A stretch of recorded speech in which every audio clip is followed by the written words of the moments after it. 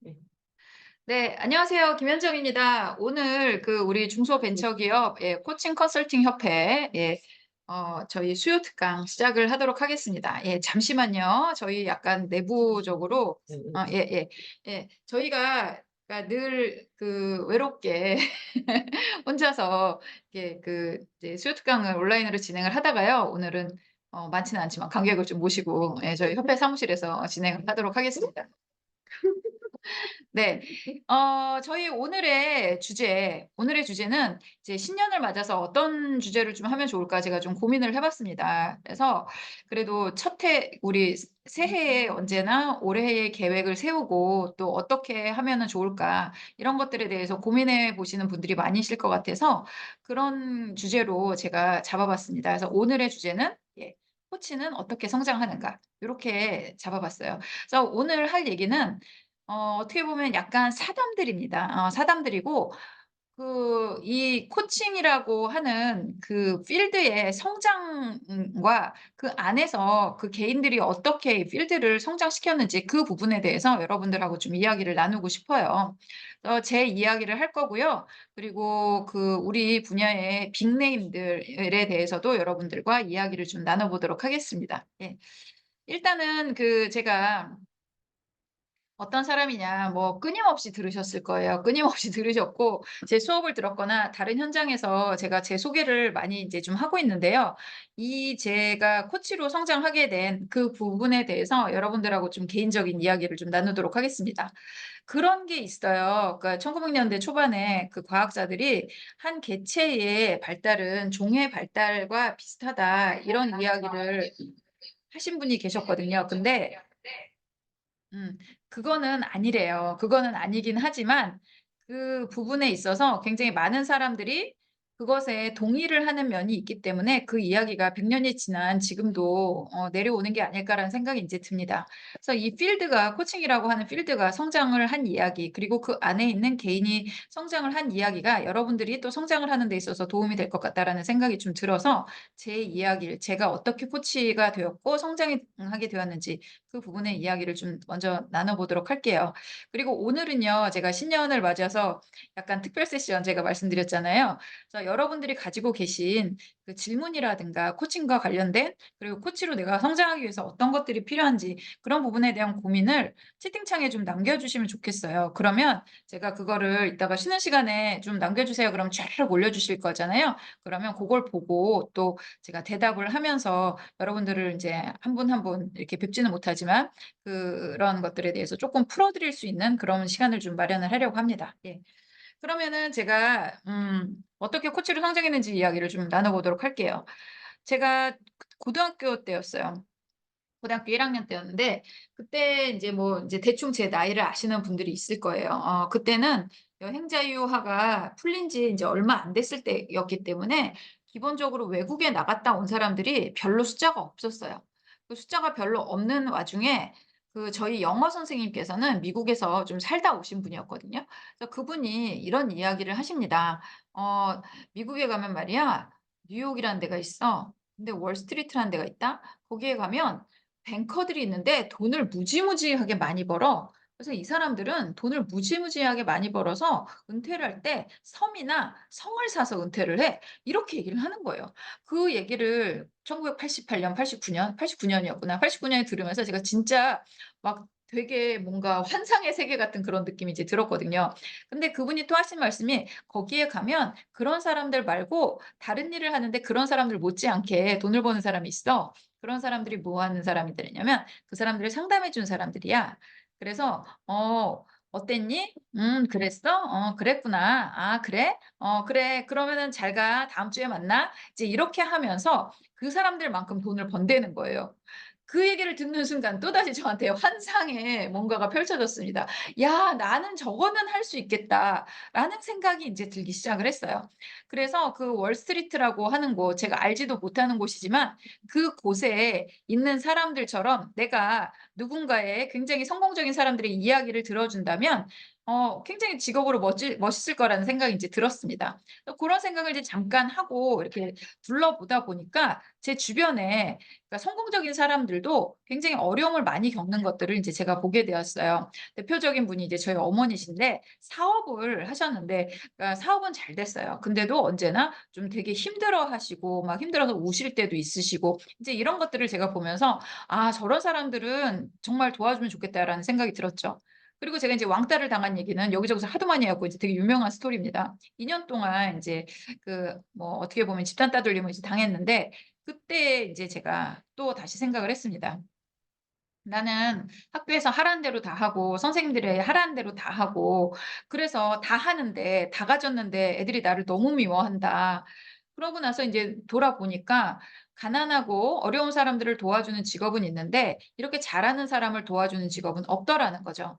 그래서 '내가 그런 사람이 됐으면 좋겠다.'라는 생각을 인제 그때부터 신기하게 하게 됩니다. 근데 굉장히 신기한 게, 이 생각을 했을 무렵에 미국에서 월스트리트에서 코칭이 태동을 하고 있었습니다.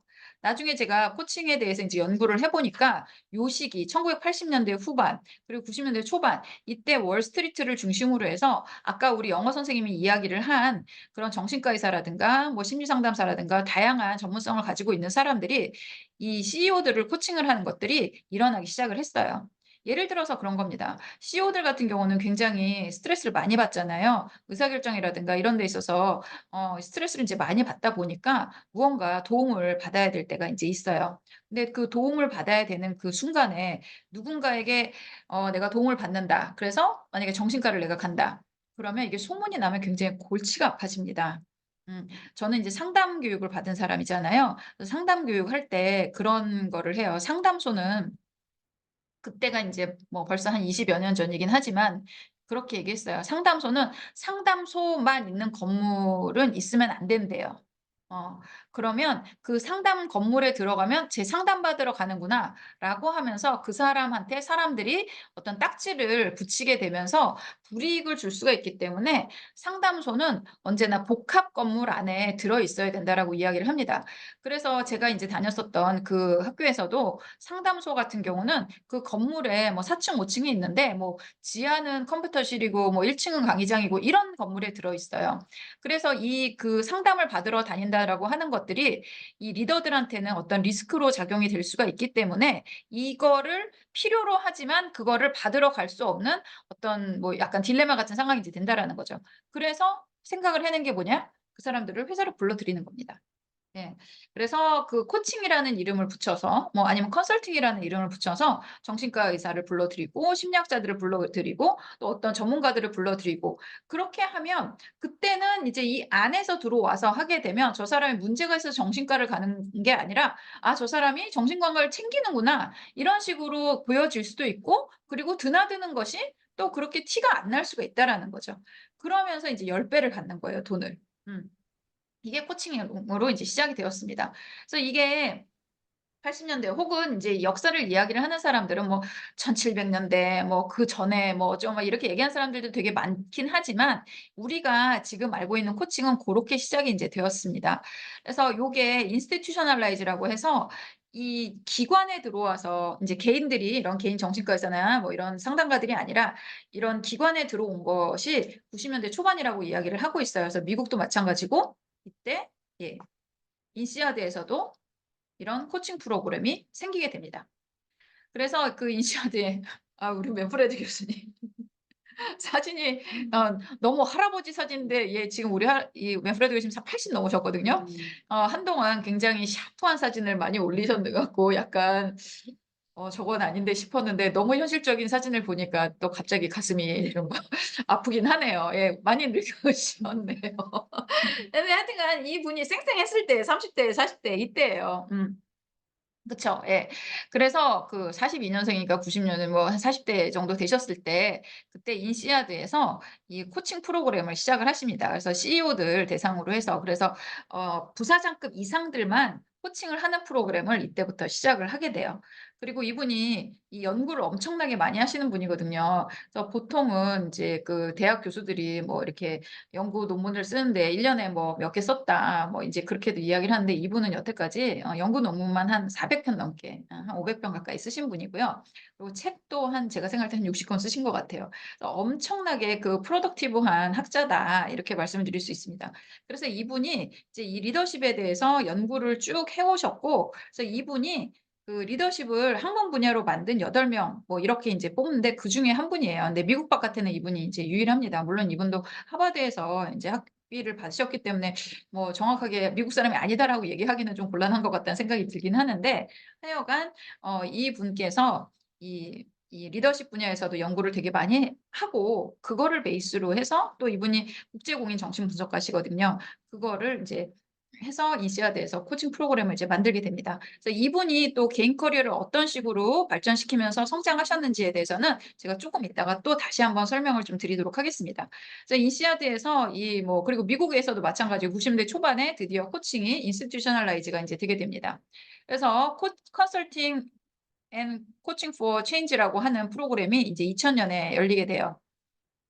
아까는 제가 말씀드린 거는 그건 뭐 챌린지 스포츠 리더십이라고 해 가지고 그거는 그 사장단 인제 이런 사람들을 위한 거고요. 이것 같은 경우는 일반 그 매니저급부터 인제 들어올 수 있는 그런 그룹 코칭 프로그램을 이제 만들게 되십니다. 근데 이 프로그램을 이제 만든 이유가 맥킨지의 경영진이 찾아오면서 시작됐다라고 말씀을 하세요.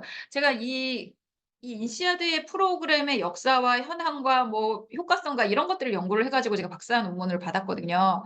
박사 논문을 썼거든요. 그래서 굉장히 이제 많이 알아요. 그래서 되게 많이 인제 조사를 하고 네 거기 있는 계신 분들을 다 이렇게 인터뷰를 하는데 그 태동에 대해서 다 다르게 얘기하시더라고요. 다 다르게 얘기하시는데 하여간 맨프레드 교수님은 이렇게 인제 말씀하십니다. 맥킨지가 굉장히 잘 나가는 여러분들 잘 아실 거예요. 경영 컨설팅 회사잖아요. 근데 여기 사장이 인제 찾아가 왔대요. 운영진이 찾아와 가지고 "교수님 우리는 정말 좋은 그 프로그램을 가지고 있고 솔루션을 가지고 있고 그리고 우리의 그 컨설턴트들은 세계 최고로 똑똑한 애들이에요. 근데 왜 우리가 만드는 솔루션을 이렇게 안 쓸까요, 고객들이? 솔루션을 그러니까 뭐 사지도 않을 수도 있고 샀는데 이게 안 먹혀서 어떤 긍정적인 효과를 못 낼 수도 있는 것 같다. 근데 자기들이 생각했을 때는 이분들이 컨설턴트나 솔루션이 굉장히 너무 레프트 브레인 네 이쪽에 인제 몰려 있는 것 같다. 그래서 너무 이성적이고 사람을 모르는 것 같다. 한마디로 말해서 너무 그 이성적이다. 그래서 "그 부분에 있어서 좀 도와줄 수 있겠냐. 사람을 좀 이해하는 거를 해줄 수 있겠냐."라고 해서 요 과정을 이제 만들게 됩니다.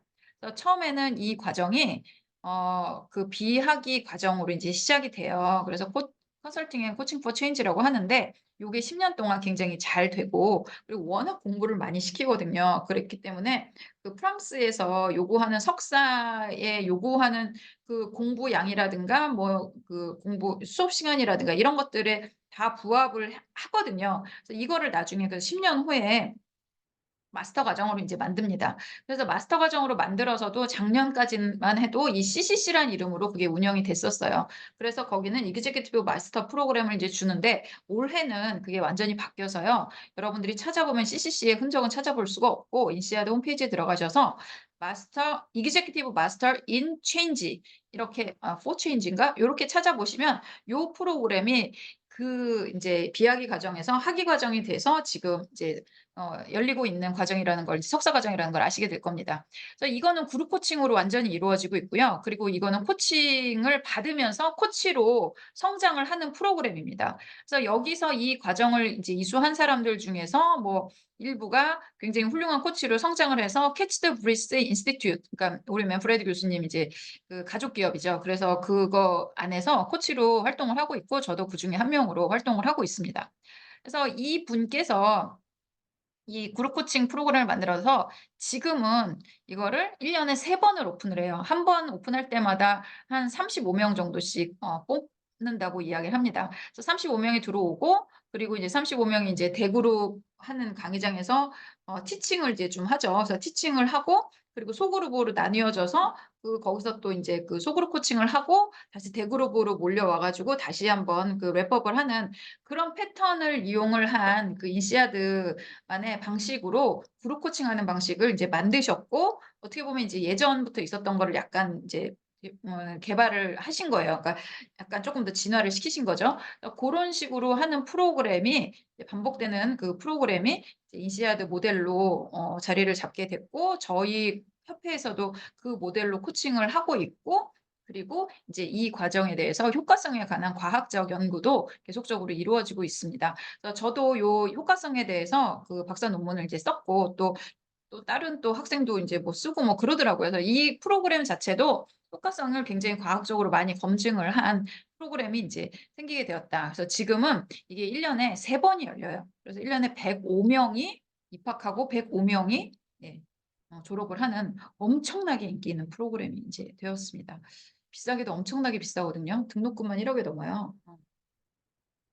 근데도 105 명이 오고, 이거를 오픈한 이후로 단 한 번도 마케팅을 한 적이 없대요. 여기서 하는 유일한 마케팅은 뭐냐면 브로셔를 만드는 거래요. 브로셔를 만드는 거 말고는 마케팅을 한 번도 한 적이 없고, 다 워드 투 저기 이제 마우스를 해 가지고 다 사람들 입소문으로만 다 오는 거지, 이거를 뭐 우리가 어디다가 뭐 막 광고를 올려서 이렇게 하지 않는데도 1 년에 105 명이 오는 굉장히 영향력 있는 프로그램으로 인제 성장을 했습니다.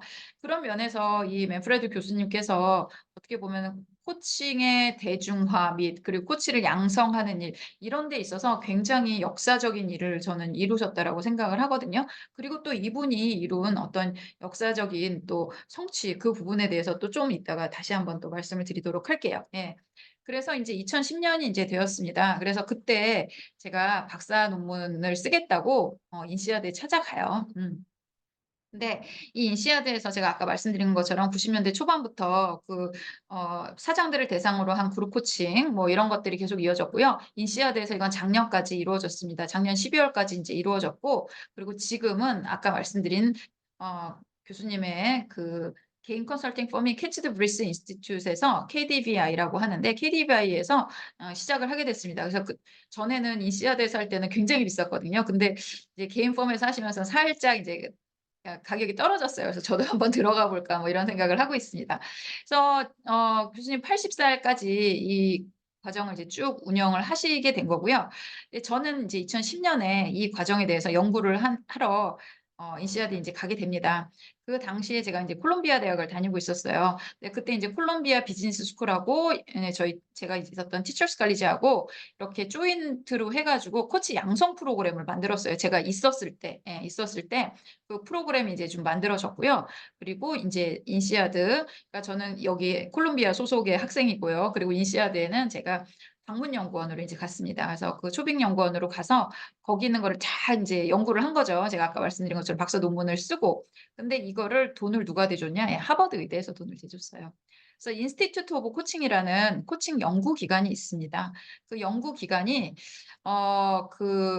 코칭을 하진 않아요. 코칭을 하진 않는데, 코칭을 연구를 하는 데에 뭐 펀드를 대준다거나 뭐 여러 가지 뭐 이런 것들을 하고, 매년 또 코칭 컨퍼런스를 열고 있어요. 그래서 이번에 5년 만에 이제 드디어 오프라인으로 5월 달에 인제 열리게 되었습니다. 그래서 우리 협회 회원이나 아니면 저희 리스트에 이제 이메일 리스트에 있으신 분들은 아마 안내를 오늘 받으셨을 거예요. 그래서 코칭을 연구하고 이걸 세계적으로 알리고, 또 이런 것들에 대해서 과학적인 지식을 나누는 그런 장을 이제 좀 마련하는 그런 역할들을 좀 하고 있습니다.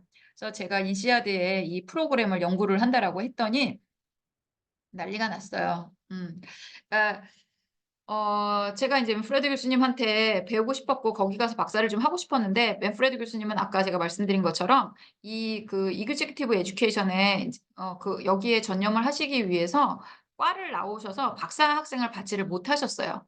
그래서 인제 저를 받아주실 수는 인제 없었고, 그래서 제가 인제 콜롬비아 대학을 인제 간 거고.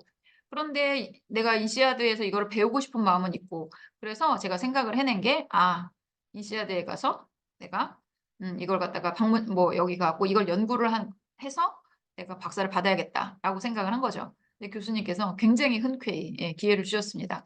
그래서 데이터 컬렉션은 인시아드에서 했고요. 데이터는 에서 주었고, 그리고 거기 가 갖고 제가 인제 체류를 해야 되잖아요, 프랑스에서. 그래서 프랑스 체류비는 예 하버드 의대에서 다 대줬습니다. 예 전액을 이제 그렇게 대준 일이 별로 없는데 아주 예외적으로 인제 대주겠다라고 이야기를 해요. 그리고 저희 지도 교수님이 이제 빅토리아 마르시 교수님인데 굉장히 인제 이분도 유명한 분이거든요. 그래서 학생들을 그 지도 교수를 잘 안 해 주세요. 워낙 그 대단하신 분이고, 이분은 다른 학교 교수님들이랑 같이 교수들이랑 같이 연구하는 분이지 박사 데리고 연구하는 분이 아니거든요. 근데 제가 이거를 논문으로 쓰겠다 그랬더니 "내가 지도 교수를 해 주겠다." 이렇게 먼저 인제 말씀을 해 주셨어요. 그래서 근데 이게 뭐냐면 다 너무 궁금한 거예요. 이 인시아드에서 이렇게 성공적으로 이게 되고 있다는 게 하버드에서도 너무 궁금하고 콜롬비아에서도 너무 궁금한 거죠. 하여튼 코칭을 한다고 하는 사람들은 다 너무 궁금한 거예요. 이미 큰 성공을 거두고 있는 그런 프로그램이기 때문에. 그래서 제가 요거를 잘 연구를 해서 인제 박사 논문을 썼습니다. 그래서 제가 그 세부 전공이다 하면 뭐 이그제큐티브 코칭이다 이렇게도 말씀드리지만, 사실은 저는 코치 양성 이쪽이 훨씬 더 저한테는 스페셜티를 가지고 이제 쓴 부분이에요. 그것에 대한 가장 큰 의문을 가지고 질문을 가지고 이 박사 논문을 이제 썼습니다. 그래서 요렇게 인제 진행이 이제 됐어요. 그래서 요 이야기를 좀 드리고요. 그리고 제가 아까 말씀드린 것처럼 하나의 필드가 성장을 하는 데 있어서는 그 한 개인이 어떻게 성장을 했느냐 그거를 보는 것도 굉장히 저는 의미가 있다라고 생각을 합니다. 그래서 이 맨프레드 교수님에 대해서 이분이 어떻게 이렇게 대단한 일들을 해내셨는지 그 부분을 좀 우리가 해부해 볼 필요가 있지 않을까라는 생각이 이제 듭니다. 이분은 워낙 유명한 분이세요. 이 맨프레드 캐치드 브리스라고 하는 교수님은 뭐 인시아드가 미국의 아니죠, 유럽의 하버드라고 해서 넘버 원, 그러니까 유럽에 있는 넘버 원 비즈니스 스쿨이거든요. 그리고 뭐 MBA 과정 하면은 제가 인제 여기 가 있을 땐 6 위였어요. 그러니까 미국 바깥에서는 1 위고 인제 이런 엄청나게 좋은 학교거든요. 이 엄청나게 좋은 학교의 시그너처 교수예요. 대표 교수거든요. 그러니까 어느 학교에서 누가 제일 유명해? 그럼 그 사람 인제 그런 분이셨어요. 굉장히 오랫동안 그랬는데 인제 나중에 블루오션 전략을 하시는 우리 대한민국의 김희찬 교수님이 또 인제 그 이시아드에 어떻게 보면은 대표 교수로 떠오르셨지만 하여간 그전에는 그냥 맨프레드 교수님이 대표 교수였어요. 그리고 이분은 리더십 코칭 뭐 유럽에 있는 웬만한 리더들은 거의 다 만나 보신 분이라고 얘기를 하고, 네덜란드 분이시거든요. 네덜란드는 국가 리더십을 또 자문도 하시고 인제 이러신 분입니다. 그래서 뭐 엄청난 인제 분이세요. 그러니까 위키피디아 뭐 이렇게 치면 다 나와요. 다 이분의 이런 백그라운드들은 인제 다 나오게 됩니다. 근데 이분이 그러면은 어떻게 이 코칭 일을 하게 됐나, 그거를 좀 들은 얘기를 좀 해 드릴게요. 제가 인제 아까 학교 다니던 얘기를 막 하고 그랬잖아요. 그러니까 그런 것처럼 저는 그런 데 되게 관심이 있거든요. '저 사람이 왜 저렇게 됐지? 왜 저거를 만들었지?' 이런 데 되게 관심이 있어요. 그래서 뭐 제가 그 이제 MI 모티베이셔널 인터뷰잉 같은 거 강의할 때도 칼 로저스 선생님이 원래 목사집 아들이었는데 막 이런 얘기들 막 하고 그러거든요. 그래서 저 사람이 어떻게 하다가 저 길에 들어서고 저런 또 어떻게 보면 분야를 만들었을까 궁금하잖아요. 이분도 인제 뭐 궁금한 사람인데, 이분은 하프 더치고 하프, 그러니까 어머니가 유태인이세요. 어머니는 유태인이시고 이제 그러신 분인데, 자기를 제외하고 이 가족의 모든 사람이 다 기업가래요. 다 기업가래요. 그래서 삼촌도 기업가, 아빠도 기업가, 다 기업가인 거예요. 근데 본인은 기업가로서 뭐 그런 게 사실은 아닌 것 같더래요, 본인은. 그래서 "나는 뭘 할까?" 그래서 처음에는 이제 "엔지니어링을 공부를 좀 할까?" 뭐 그랬다라고 인제 이야기를 하더라고요. 그런데 그러니까 엔지니어링을 이제 공부를 할까 하는데 그것도 뭐 좀 아닌 것 같고, 그래서 결국에는 인제 경제학을 공부를 하셨어요. 그래서 암스테르담 대학에서 이제 그 경제학을 공부를 하셨는데, 그러니까 이분은 '나는 기업가는 아니지만 내 주변에 있는 모든 남자들이 다 기업가니까 저 사람들을 도와주는 일을 좀 하고 싶다.'라는 생각이 들었대요. 그래서 인제 경제학을 공부를 해서 '내가 우리 삼촌도 도와주고 우리 아버지도 도와줘야지.' 했는데 그 안에서 답을 못 찾겠더래요. 답을 못 찾겠더래요. 그래서 '아 어떻게 해야 되나.' 이제 그래서 답을 찾기 위해서 하버드로 갑니다. 이분은 배를 타고 가셨을까? 비행기를 타고 가셨을까? 나중에 한번 물어봐야겠네요. 그래서 하버드를 인제 가요. 가서 어떤 프로그램들이 있나 이제 거기서 뭐 이런저런 뭐 프로그램에 이제 보니까 등록을 하셔서 들으셨더라고요. 그래서 여기서 MBA를 받으시고 하버드에서 MBA를 받으시고 그리고 여기서 이제 DBA, 닥터린 비즈니스 어드미니스트레이션 그래서 박사과정까지 여기서 이제 다 마치시게 됩니다. 근데 이분이 이제 공부를 하면서 경영학을 또 공부를 하면서 이걸로도 좀 아닌 것 같은데 경제학으로도 아니고 내가 우리 삼촌들을 도와주려면 이거는 아닌 것 같은데 그런데 이 하버드에서 이거저거 다니면서 여기저기 이제 들쑤시고 다니다가 어떻게 이제 딱 알게 된 게 심리학을 알게 됐어요. 이분 이제 하버드에 아브람 제일지닉이라고 하는 교수님이 계시거든요. 리더 vs 매니저 그들은 다른가 뭐 이런 되게 또 이제 역사적으로 중요한 논문이 있습니다. 그래서 리더를 일반 매니저와 다른 존재로서 디파인한 거의 첫 번째 이제 아티클이거든요. 하버드 비즈니스 리뷰에 나온 거예요. 굉장히 이제 유명한 분인데 이 아브람 제일지닉 교수님 이제 몇 년 전에 돌아가셨는데 그분이 얼마나 또 특이한 분이냐면 기본적으로 그 정신분석가세요. 그분도 정신분석가인데 정신분석가는 의사가 돼야지 정신분석가가 될 수가 있습니다. 그러니까 정신과 선생님이 돼야지 정신분석가가 될 수가 있어요. 그래서 우리나라에도 국제공인 정신분석가 몇 분 안 계시거든요. 진짜 몇 분 안 계시는데 아브람 제일지니까 맨프레드 캐시드 브리스 교수님은 둘 다 국제공인 정신분석가세요. 근데 이 미국에 몇 명 안 되는 의사가 아닌 국제공인 정신분석가세요. 아브람 제일지닉이. 그래서 그분 밑에서 이제 지도교수 밑에서 했는데 이 하버드 대 안에서 이 아브람 제일지닉 교수님 굉장히 마이너리티인 거예요. 사람들이 잘 알아주지도 않고 뭐 이상한 심리학 같은 거 한다. 막 이제 이러면서 약간 그 아싸였던 거죠. 그리고 취급도 잘 안 해주고 약간 그랬던 분이었던 거예요. 근데 그분의 이제 이분이 이제 지도교수로 들어가 갖고 박사 논문을 뭘 썼냐면 스트레스에 관해서 썼대요. 지금이야 경영 환경에서 제가 막 스트레스에 관해서도 강의 엄청 만나게 많이 하고 이런 것들 사회적으로도 진짜 많이 다루고 하지만 이때만 하더라도 이 경영학 같이 신성하고 이런 그 멋있는 학문에서 스트레스 따위 같은 거를 다룬다라고 하는 거는 정말 잡스럽게 이를 데 없는 그런 주제였다라는 거죠. 경영학자들이 봤을 때는 너무너무 잡스러웠던 거예요. 그게 뭐 하버드 경영대다라고 하면 사람들이 어떻게 하면 일을 잘하게 될 것인가, 어떻게 우리가 시스템을 정비하고 어떻게 혁신을 하면 어떻게 더 물건을 더 많이 팔아서 돈을 크게 벌 것인가, 그런 리더가 되려면 어떤 것들이 필요한가, 막 이런 것들을 연구를 하는데 스트레스, 막 이제 이런 거를 연구를 하고 있으니까 사람들이 되게 다 안 좋게 얘기를 했다라는 거죠. 그런데 이제 이분이 내가 생각할 때 우리 삼촌들 그리고 기업가들을 도우려면 심리학이 진짜 중요해. 이게 너무 필요해. 내가 이거를 아니까 답을 찾았어. 나는 리더들을 도와주고 싶어. 그래서 나는 계속 꿋꿋이 심리학을 공부를 할 것이다. 이제 이렇게 선언을 하게 됩니다. 그랬더니 이제 그때 학장을 맡고 있었던 하버드 경영대 학장을 맡고 있었던 분이 이제 저주를 퍼붓죠. You will never write anything. 너는 아무것도 못 쓸 거야.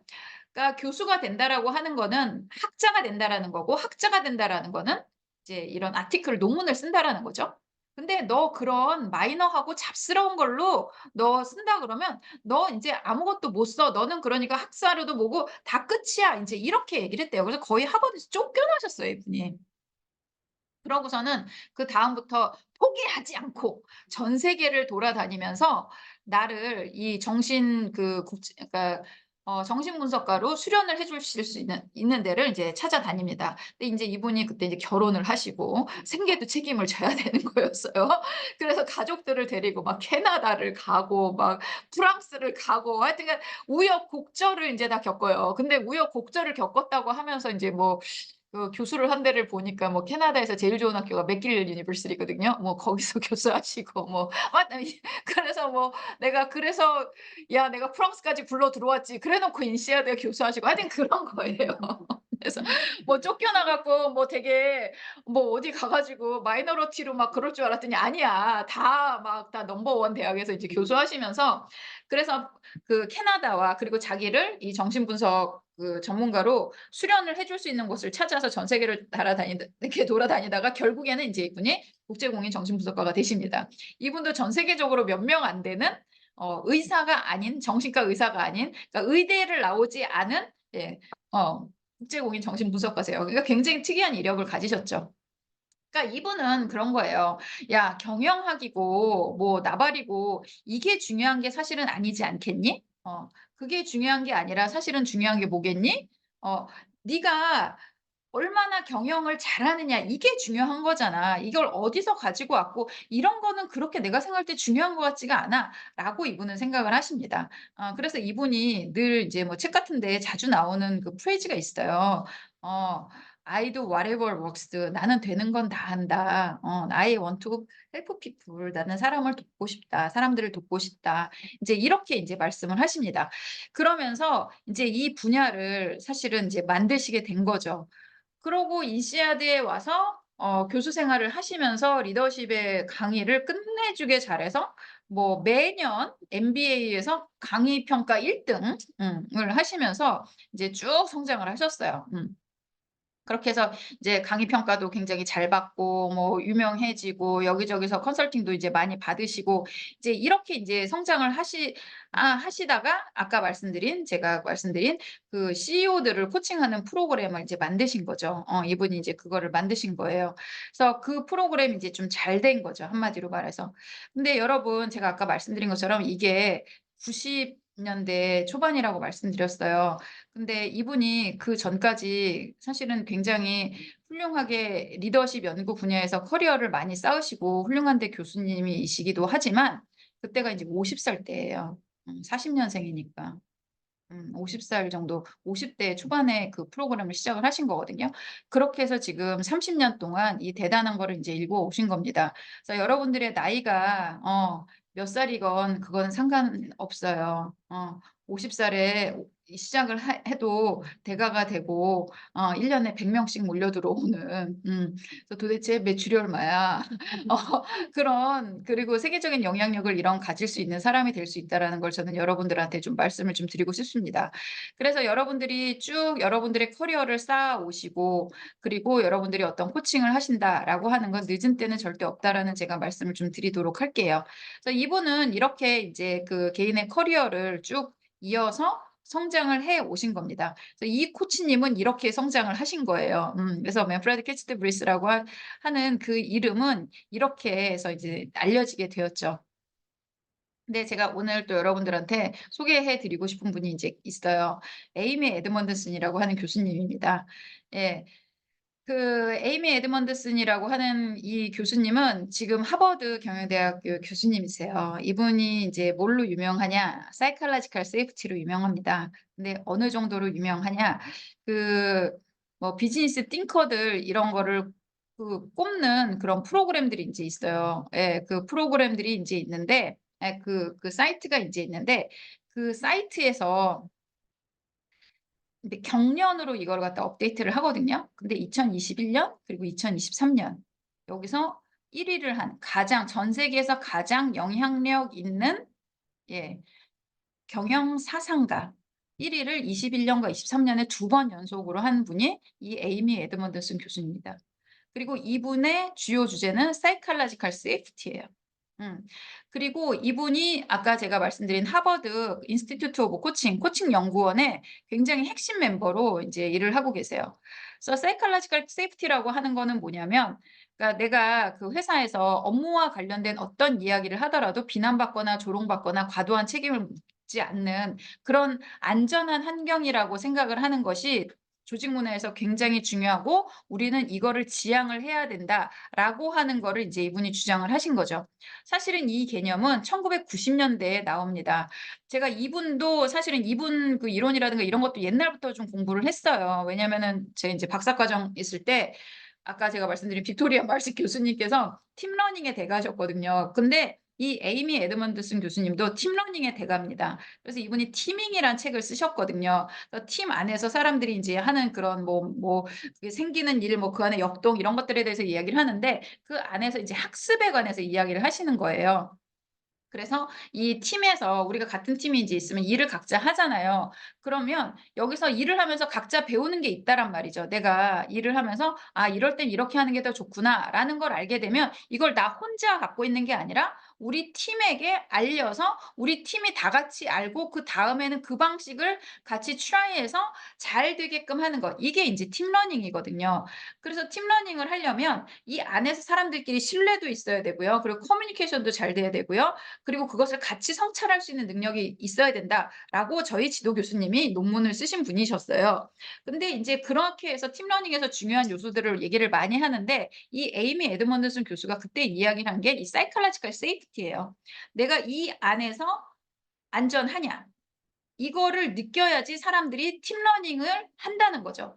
내가 이걸 갖다가 배운 거를 말했는데 사람들이 "야 뭐 그거는 뭐 아무나 되는 건 줄 아냐? 너 그냥 재수 없어서 한번 된 재수 있어서 한번 된 거야. 야 뭐 그런 거는 뭐 대도 안 해." 막 인제 이런 식으로 인제 이야기를 한다거나 아니면 누구랑 사이가 안 좋거나 아니면 내가 뭐라고 한다고 이제 의견을 얘기하면 "너 책임질 수 있어." 막 이런 식으로 막 몰아세운다거나 이렇게 되면 사람들이 자기의 의견을 이야기를 하지 않는다는 거죠. 그러면 그 안에서 학습이 일어나기가 어렵다라고 이야기를 하는 겁니다.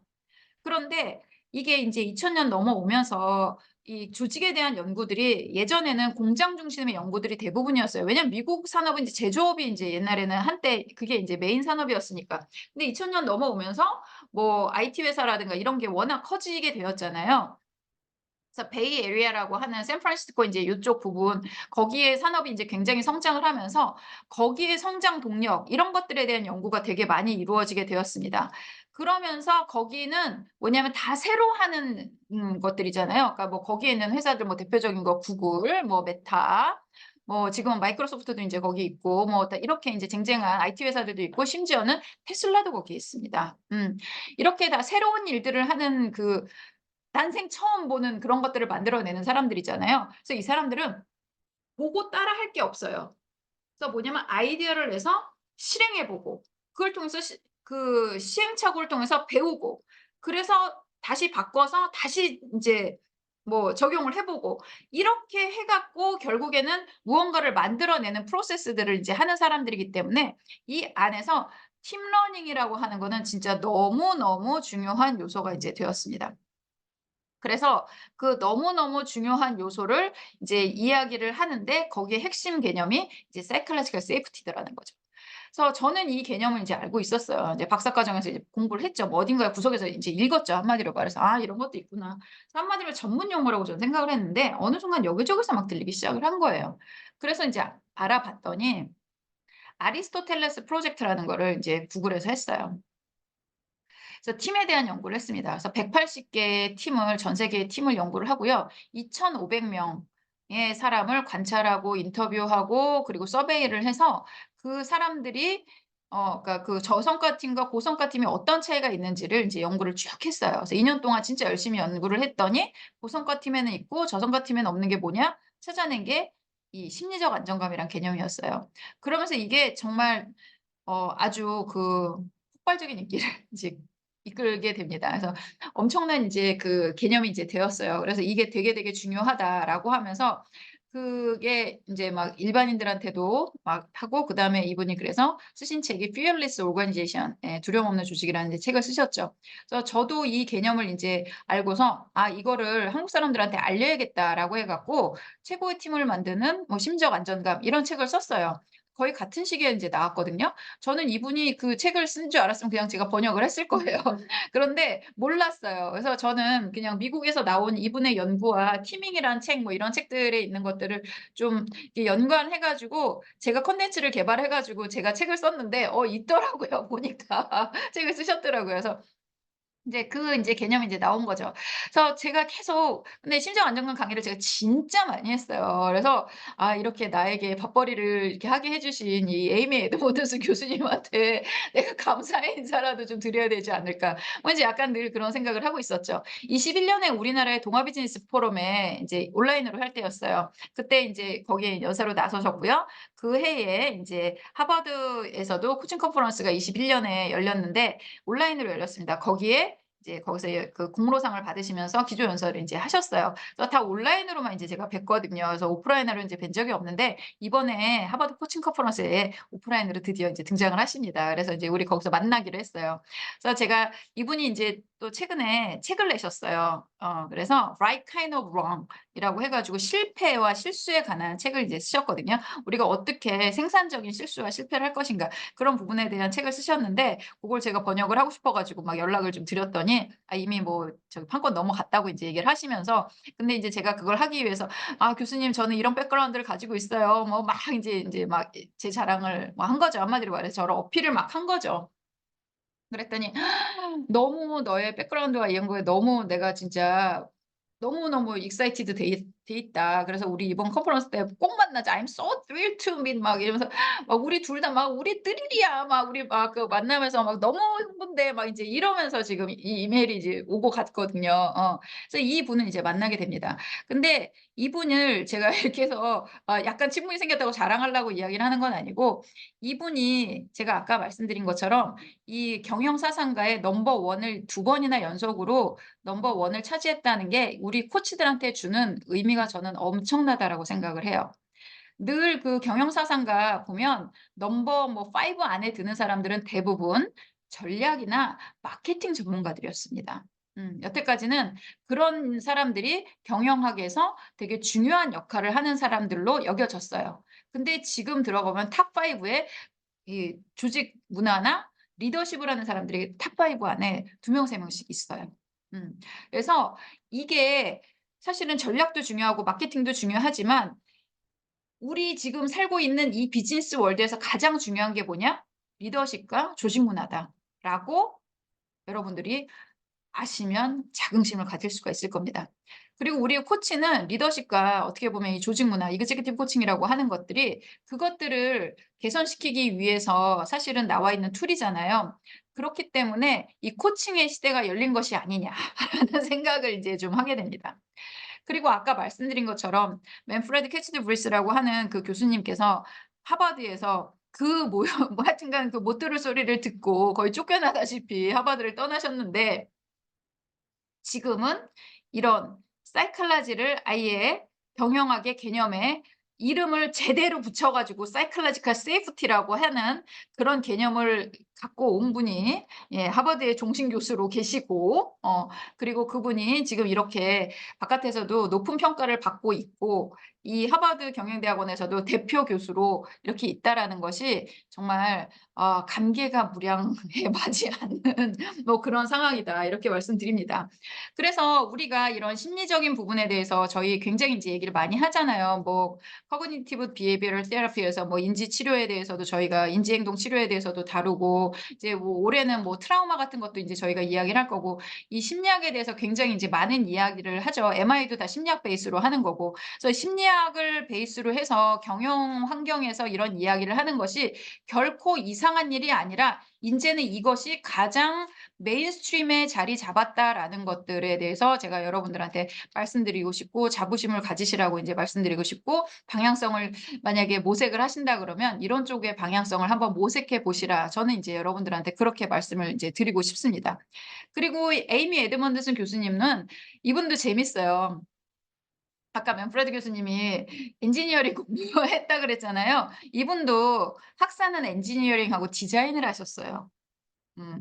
우리 그 이사님 중에 디자인 하신 분 계신데 하여튼간 그 학사는 정말 이제 좀 거리가 좀 있는 것처럼 느껴지죠. 그래서 공대를 나오시고 뭐 인제 그 디자인도 하시고 인제 이렇게 하신 분이었는데 석사를 예 사이콜로지를 하셨어요. 심리학을 하셨어요. 석사를 사이콜로지를 하시고 박사를 인제 경영학을 하셨습니다. 근데 경영학을 하는데 다 하버드를 나왔대요. 근데 그것도 인제 엄청나죠. 예. 천재야, 천재. 올해는 이런 천재들이 이제 간기를 갈 수 있어서 너무 영광입니다. 예. 그래서 이분이 인제 이분도 어떻게 보면은 자기가 이런 그 리더십과 이런 데 영향을 끼치는 데 있어서 어떻게 보면 학문적 백그라운드 그리고 이론, 지식, 생각하는 방식 이런 것들이 다 경영학과 심리학의 만남. 그래서 그 맨프레드 교수님은 자기는 지난 뭐 40 년, 50년 동안 인터페이스 오브 사이콜로지 앤 비즈니스 매니지먼트라고 인제 말씀하시거든요. 경영과 그 심리에 거기에 인터페이스 겹쳐 있는 부분 뭐라 그래야 돼? 뭐 그 거기에 교집합 고 부분에 자기가 "거기서 플레이했다. 평생을." 그렇게 인제 말씀하시거든요. 우리 에이미 에드먼드슨 교수님도 그곳에서 평생을 플레이를 하셨고 저 역시 상담 심리학을 공부하고 또 교육학 쪽에서 이제 학습 이론을 공부를 해서 박사를 받고 그리고 저는 학교는 또 계속 또 경영대학원에서 경영대학원 교수로 경영과 교수로 인제 있었거든요. 그러니까 저도 사실은 되게 서러움이 많았어요. "너의 정체는 무엇이냐. 너는 심리학자도 라고 하기도 거시기하고 교육학자라고 하기도 거시기하고 경영학자라고 하기에도 거시기하고 너의 그 정체는 뭐냐."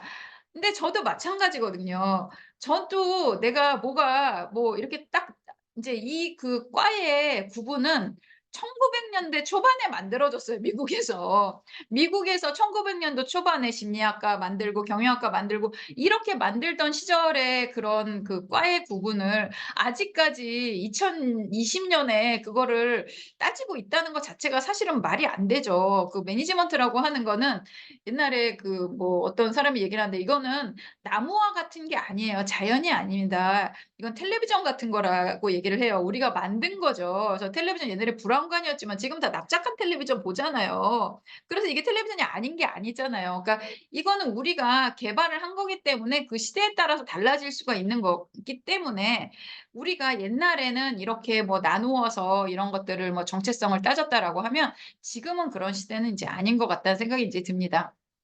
그래서 거기서 지금 가장 뭐 인제 핫하다."라고 인제 이야기를 할 수 있는 것이 인제 이 심리학과 경영학의 만남이라는 것을 인제 말씀드리면서 예 여러분들이 인제 내가 코치로 어떻게 성장하는가 그 방향성을 이제 잡으실 수 있도록 제가 이 3 명의 인물을 통해서 코치는 어떻게 성장하는지에 대해서 좀 말씀을 드렸어요. 근데 이 에이미 에드먼드슨 교수님도 제가 이분하고 개인적으로 커뮤니케이션을 좀 하다 보니까 굉장히 정말 너무 친절하고 너무 따뜻하고 어 막 그 너무 '와 내가 이렇게 대가한테 이렇게 했는데 이렇게 친절하고 막 어쩌면 이렇게 반응을 해 주실까.' 진짜 제가 깜짝 놀랐거든요. 근데 코칭을 하는 사람들은 다 그런 것 같아요.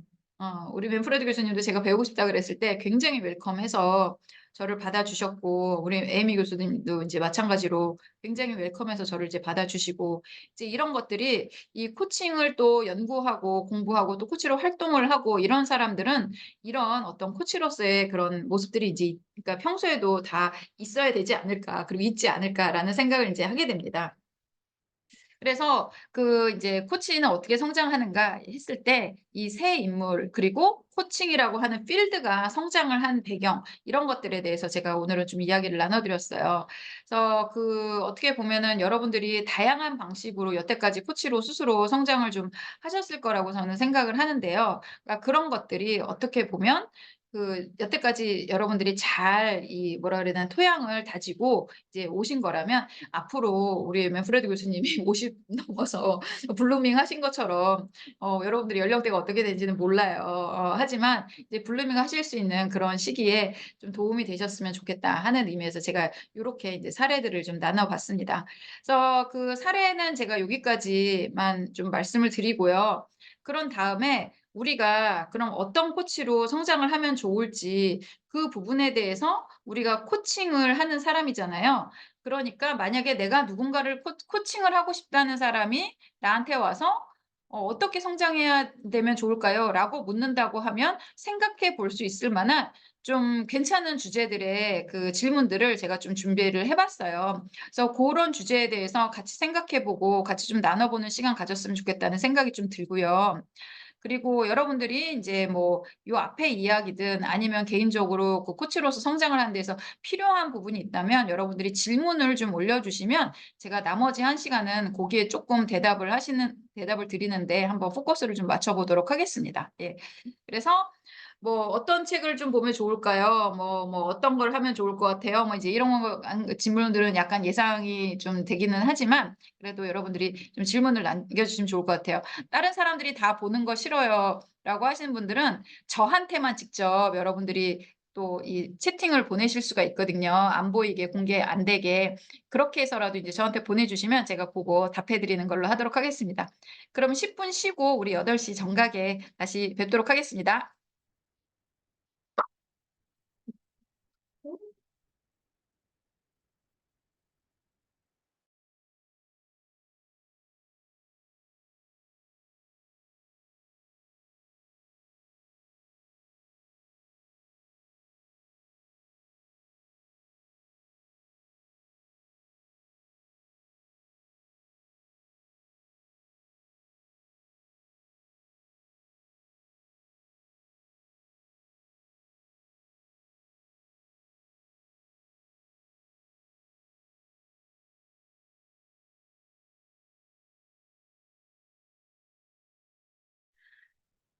네.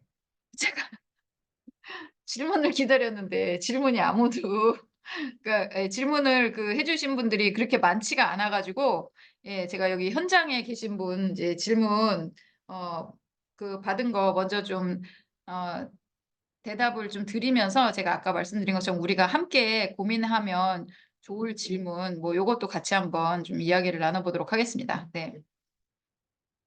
예상 질문이 는 아니고 "이런 것들을 한번 고민을 해 보자." 라고 이야기를 하는 겁니다. 그래서 일단은 인제 저한테 이제 주신 질문은 제가 쪼끔 있다가 대답을 좀 드리도록 할게요. 적당한 모먼트에 제가 질문을 답을 좀 드리도록 하겠습니다.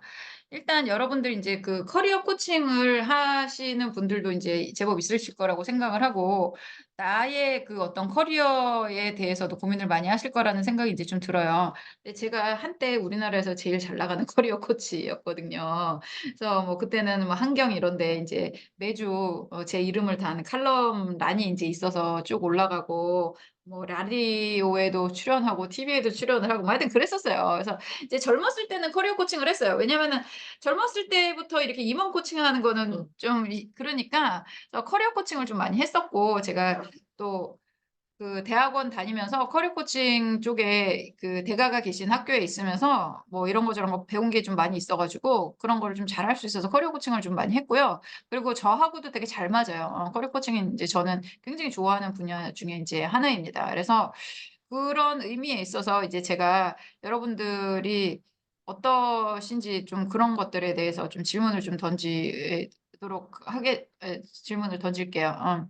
이제 첫 번째로 인제 뭐냐면 커리어 코칭 협회에서 이제 주관하는 뭐 하여튼간 뭐 이런 행사들이 되게 많이 있겠죠. 그런데 거기에 캐치프레이즈로 딱 있는 게 커리어 코칭에 있어서 가장 중요한 것은 '내가 가장 풀고 싶은 문제는 무엇인가.' 이거예요. 이거를 먼저 생각을 해 보라는 거죠. 여러분들 삶에 있어서 여러분들이 가장 풀고 싶은 인생의 문제는 무엇입니까? 예. 여러분들 인생에서. 음.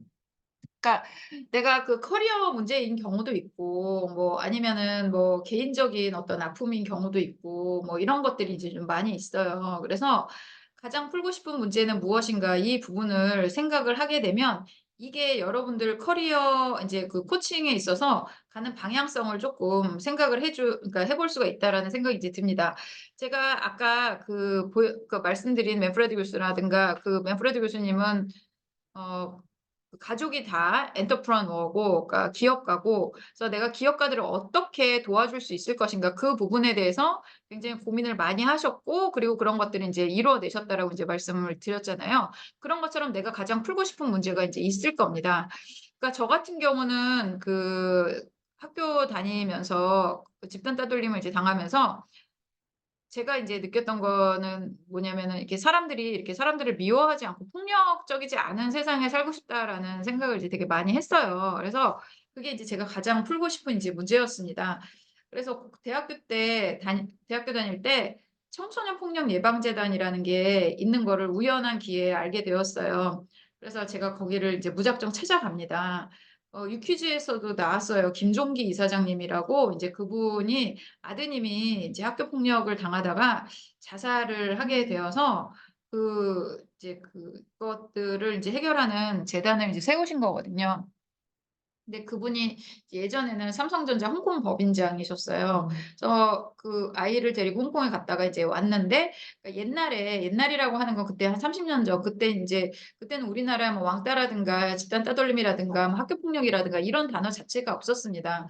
저는 이제 관심이 있으니까 쪼끔 다른 사례들을 이제 좀 보니까 일본에 이지메라는 단어가 있더라고요. 이지메가 인제 일본에서 먼저 시작을 하게 된 거죠. 근데 그거에 희생이 되는 대부분의 사람들이 이제 가장 많은 포션을 차지하고 있는 사람들이 외교관이나 해외 주재원 자녀들이 되게 이지매의 대상이 되는 경우가 되게 많았어요. 굉장히 이질적이잖아요. 근데 이 집단주의 문화에서는 그런 이질적인 사람들을 싫어한다라는 거죠. 그래서 그런 아이들이 쉽게 인제 이지매의 대상이 되고 이런 연구를 인제 제가 본 적이 있습니다.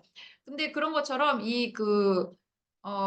이 이사장님 아들도 이제 홍콩에 같이 인제 살다가 인제 같이 들어왔으니까 영어 발음도 다르고 옷 입는 것도 다르고 뭔가 좀 달랐겠죠. 그러니까 그런 어떤 이질적인 것이 어떤 학교 폭력을 촉발을 했을 수도 있다라는 생각이 이제 들어요.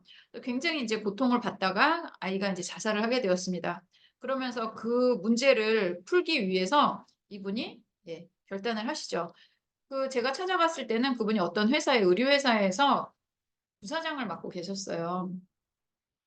삼성전자 이제 법인장 하시다가 인제 한국에 들어와서 인제 뭐 삼성에서도 굉장히 개혁을 되게 많이 하신 되게 유명한 분이세요. 미스터 클린 뭐 이렇게 별명이 붙어 가지고 그때 인제 삼성에서 대대적으로 뭐 뇌물 받지 말고 뭐 막 이런 것들 뭐 지금 말하면 김영란법 같은 거를 이 내부 사교로 만드는 그런 분이고 되게 유명한 분이거든요. 이제 그런 분이셨는데 인제 그러고서는 어떤 회사에 그 의류 회사로 인제 가셨는데 그 회사에서 이렇게 거기에 이제 작은 오피스를 하나 얻어서 거기서 이제 협회를 시작을 하신 거죠. 협회를 시작하셨는데 회사에서 "사장을 하든 할래? 아니면은 협회를 그만둘래?"라고 얘기를 했을 때 이분이 예 이제 퇴사를 하시고 그 협회에 인제 매진을 하십니다. 근데 이분이 정말 저는 너무너무 대단하다는 사실 생각이 들어요. 저도 그런 마음에 학교 폭력이라든가 이런 것들 때문에 거기 가서 봉사를 하기도 했고 그리고 그런 것들 때문에 제가 여러 가지 뭐 활동을 하기도 하고 그런데 저는 그거를 마주할 때마다 아파요. 옛날에 제 기억이 떠올라 가지고 이거를 말을 자꾸 사실은 해야지 이게 치유가 되거든요. 트라우마 치료할 때도 let it out 얘기를 자꾸 하는 게 굉장히 중요한 겁니다. 그래서 저도 이렇게 얘기를 하면서 그때마다 약간 치유되는 느낌을 이제 받게 되는데 그런 현상들이 좀 나는데 이 let it out 하는 그런 것들이 어떻게 보면은 굉장히 어려운데도 해야 되는 거잖아요. 근데 저는 아직도 아픈데 이 사장님은 그 일을 하시면서 죽은 자식을 매일 그 문제를 매일매일 직면을 하셔야 된다는 것 자체가 '이분이 얼마나 대단한 분이신가.'라는 사실은 생각을 하거든요.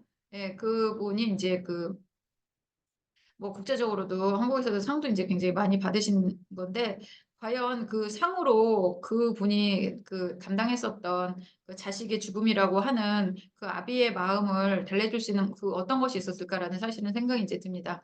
그래서 그분은 그 학교에서 폭력이 없는 세상 그런 것들을 만들고 싶었던 게 이제 그분이 인제 풀고 싶었던 문제죠. 그런데 저도 역시 인제 폭력 없는 세상을 이제 만들고 싶다라고 생각을 했는데 거기 가서 상담 봉사를 하다 보니까 그걸 마주하는 것이 저한테는 굉장히 고통스러웠어요. 근데 제가 그거를 보면서 거기 재단을 왔다 갔다 하면서 뭔가를 이제 보게 돼요. 음. 이 우리도 비영리 법인을 하잖아요. 우리가 인제 저희도 협회가 이제 비영리 법인인데 그때도 이제 다른 비영리 법인들이 되게 많이 있었는데 이분이 운영하는 비영리 법인은 굉장히 달랐어요. 이 청소년 폭력 예방 재단은 이분이 경영자 출신이니까 굉장히 사기업 운영을 하는 것처럼 굉장히 힘 있게 정말 인제 이거를 운영을 하시고 운영도 굉장히 잘 돼서 굉장히 크시고 점점 커지고 그리고 본인의 사재도 기부를 하고 이렇게 해서 이거 커지고 막 그래서 대통령 후보들이 찾아오는 정말 몇 년 만에 그 정도로 이름이 알려진 그런 재단이 되었고 또 이분이 뭐 TV 출연이라든가 이런 것들도 인제 많이 하고 이제 이런 일들이 이제 일어나게 되었습니다. 그러면서 제가 그거를 보면서 거기 상담을 하러 보러 이제 다니면서 이 사장님을 보게 된 거죠. 아 내가 한 사람 한 사람을 치유하는 것도 되게 중요하지만 이 치유하는 시스템을 만드는 게 그것 또한 굉장히 의미가 있겠구나라는 생각을 하게 됩니다. 그래서 이런 어떤 폭력 없는 세상을 만드는 시스템을 좀 만들고 싶다는 생각이 들었고요. 그리고 그거를 하는 사람은 결국에는 리더라는 걸 알게 되었어요. 음. 그래서 제가 청소폭력 예방재단 다니면서 상담을 뭐 하고 뭐 이런 것보다는 이 시스템과 리더에 대한 생각을 굉장히 인제 하게 되었어요. 그러면서 '내가 폭력 없는 세상 만들고 부드러운 세상 만들고 순한 세상을 만들고 싶다.'라는 어떤 뭐 방향성, 내 삶의 방향성, 뭐 미션 뭐 이제 이런 것들이 인제 있는데 그런 것들이 어떻게 풀어질 수 있을까에 대한 답이 그때 이제 보였던 거죠. 그래서 좋은 시스템을 만드는 좋은 리더를 도와주는 사람이 되자라고 하면서 이 리더십 코칭 쪽에 완전히 인제 땅땅땅 인제 뭐 제가 못을 박은 거죠, 커리어 자체를. 그리고 그거를 이제 계속적으로 이제 추구를 한 거예요. 그래서 상담 심리학 석사를 인제 제가 받았고 상담 심리학을 하고 그리고 뭐 삼성전자 같은 데서 이제 일을 하면서 기업의 그런 것도 경력도 좀 쌓고 또 뭐 코치도 옛날에 인제 했었고 고때 인제 삼성전자 그만두고 애 키우고 나서 약간 그 코치 생활도 인제 커리어 코칭 회사에서 커리어 디시전이라고 하는 회사도 운영을 하면서 이제 진행을 했었고요. 그리고 미국에 인제 가서도 요런 쪽으로 인제 공부를 하고 그리고 인시아드를 거쳐서 뭐 이렇게 저는 인제 어떻게 보면 성장을 해 왔거든요. 그게 다 어떻게 보면 리더들을 도와주고 폭력 없는 세상 그리고 무엇이 사람들을 행복하게 하는가, 우리가 무엇을 추구를 해야 되는가 그런 것들에 대해서 답을 찾고 싶었던 거예요. 솔직히 말씀드리면 내 믿음을 확인하고 싶었던 거예요. 음. 그래서 내가 가지고 있는 믿음을 얘기해 주는 그런 것들을 이제 계속적으로 공부를 하다 보니까 긍정 심리학이라는 것도 알게 되었고 뭐 이 심리적 안정감이라는 것도 알게 되었고 사실은 코칭 특히 인제 저희는 그룹 코칭을 하잖아요. 그룹 코칭이 이제 굉장히 중요한 게 뭐냐면 여기가 세이프 스페이스가 되는 게 굉장히 중요합니다. 예 그래서 그룹 코칭이 됐건 1대1 코칭이 됐건 그 안에서 이 세이프하다라는 느낌을 내담자가 그리고 우리 코칭을 받는 사람이 갖는 것이 진짜 제일 중요하기 때문에 이 세이프티라는 개념이 원래 상담이나 이런 쪽에서는 굉장히 중요한 개념이었어요. 근데 이게 조직으로 오면서 사이콜로지컬 세이프티가 인제 되면서 에이미 에드먼드슨 교수님의 그 개념이 이제 된 거죠. 이제 그런 것들이 어떻게 보면은 제가 꿈꾸는 세상은 이런 마음 편한 세상, 어떻게 보면은 심리적으로 마음 편하게 사는 세상, 이런 세상을 만드는 것이었고 그것을 풀 수 있는 내가 '어디서 시작을 하면 제일 좋을까?'라는 고민을 하게 됐는데 저는 그거를 이제 기업에서 찾았던 거죠.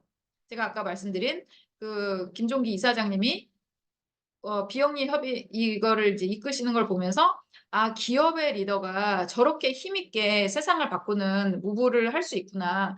그래서 기업은 뭔가 다르구나.'라는 생각을 좀 하게 되면서 기업에서 가장 희망을 찾았고 그래서 인제 저는 인제 그 기업에 있는 리더들을 대상으로 하는 이 코칭을 이제 시작을 하게 되었던 겁니다. 그래서 '내가 가장 풀고 싶은 문제가 무엇인가.' 여러분들 한번 생각을 해 보세요. 예. 그렇게 되면 '내가 그 문제를 풀려면 뭘 해야 될까?' 그다음부터 그것을 이제 여러분들이 고민을 하시면 됩니다. 그래서 그러니까 그 어떻게 보면은 이게 쪼끔 나오긴 하는데 우리가 쉽게 커리어 이제 컨설팅을 하는 것 중에 하는 방법 중에 하나는 뭐냐면 롤 모델을 찾는 거예요. 저도 맨프레드라고 하는 교수님이라고 하는 롤 모델이 있었기 때문에 그것을 따라왔지 그게 없었다면 '과연 내가 이것을 해낼 수 있었을까?'라는 생각을 좀 하게 됩니다.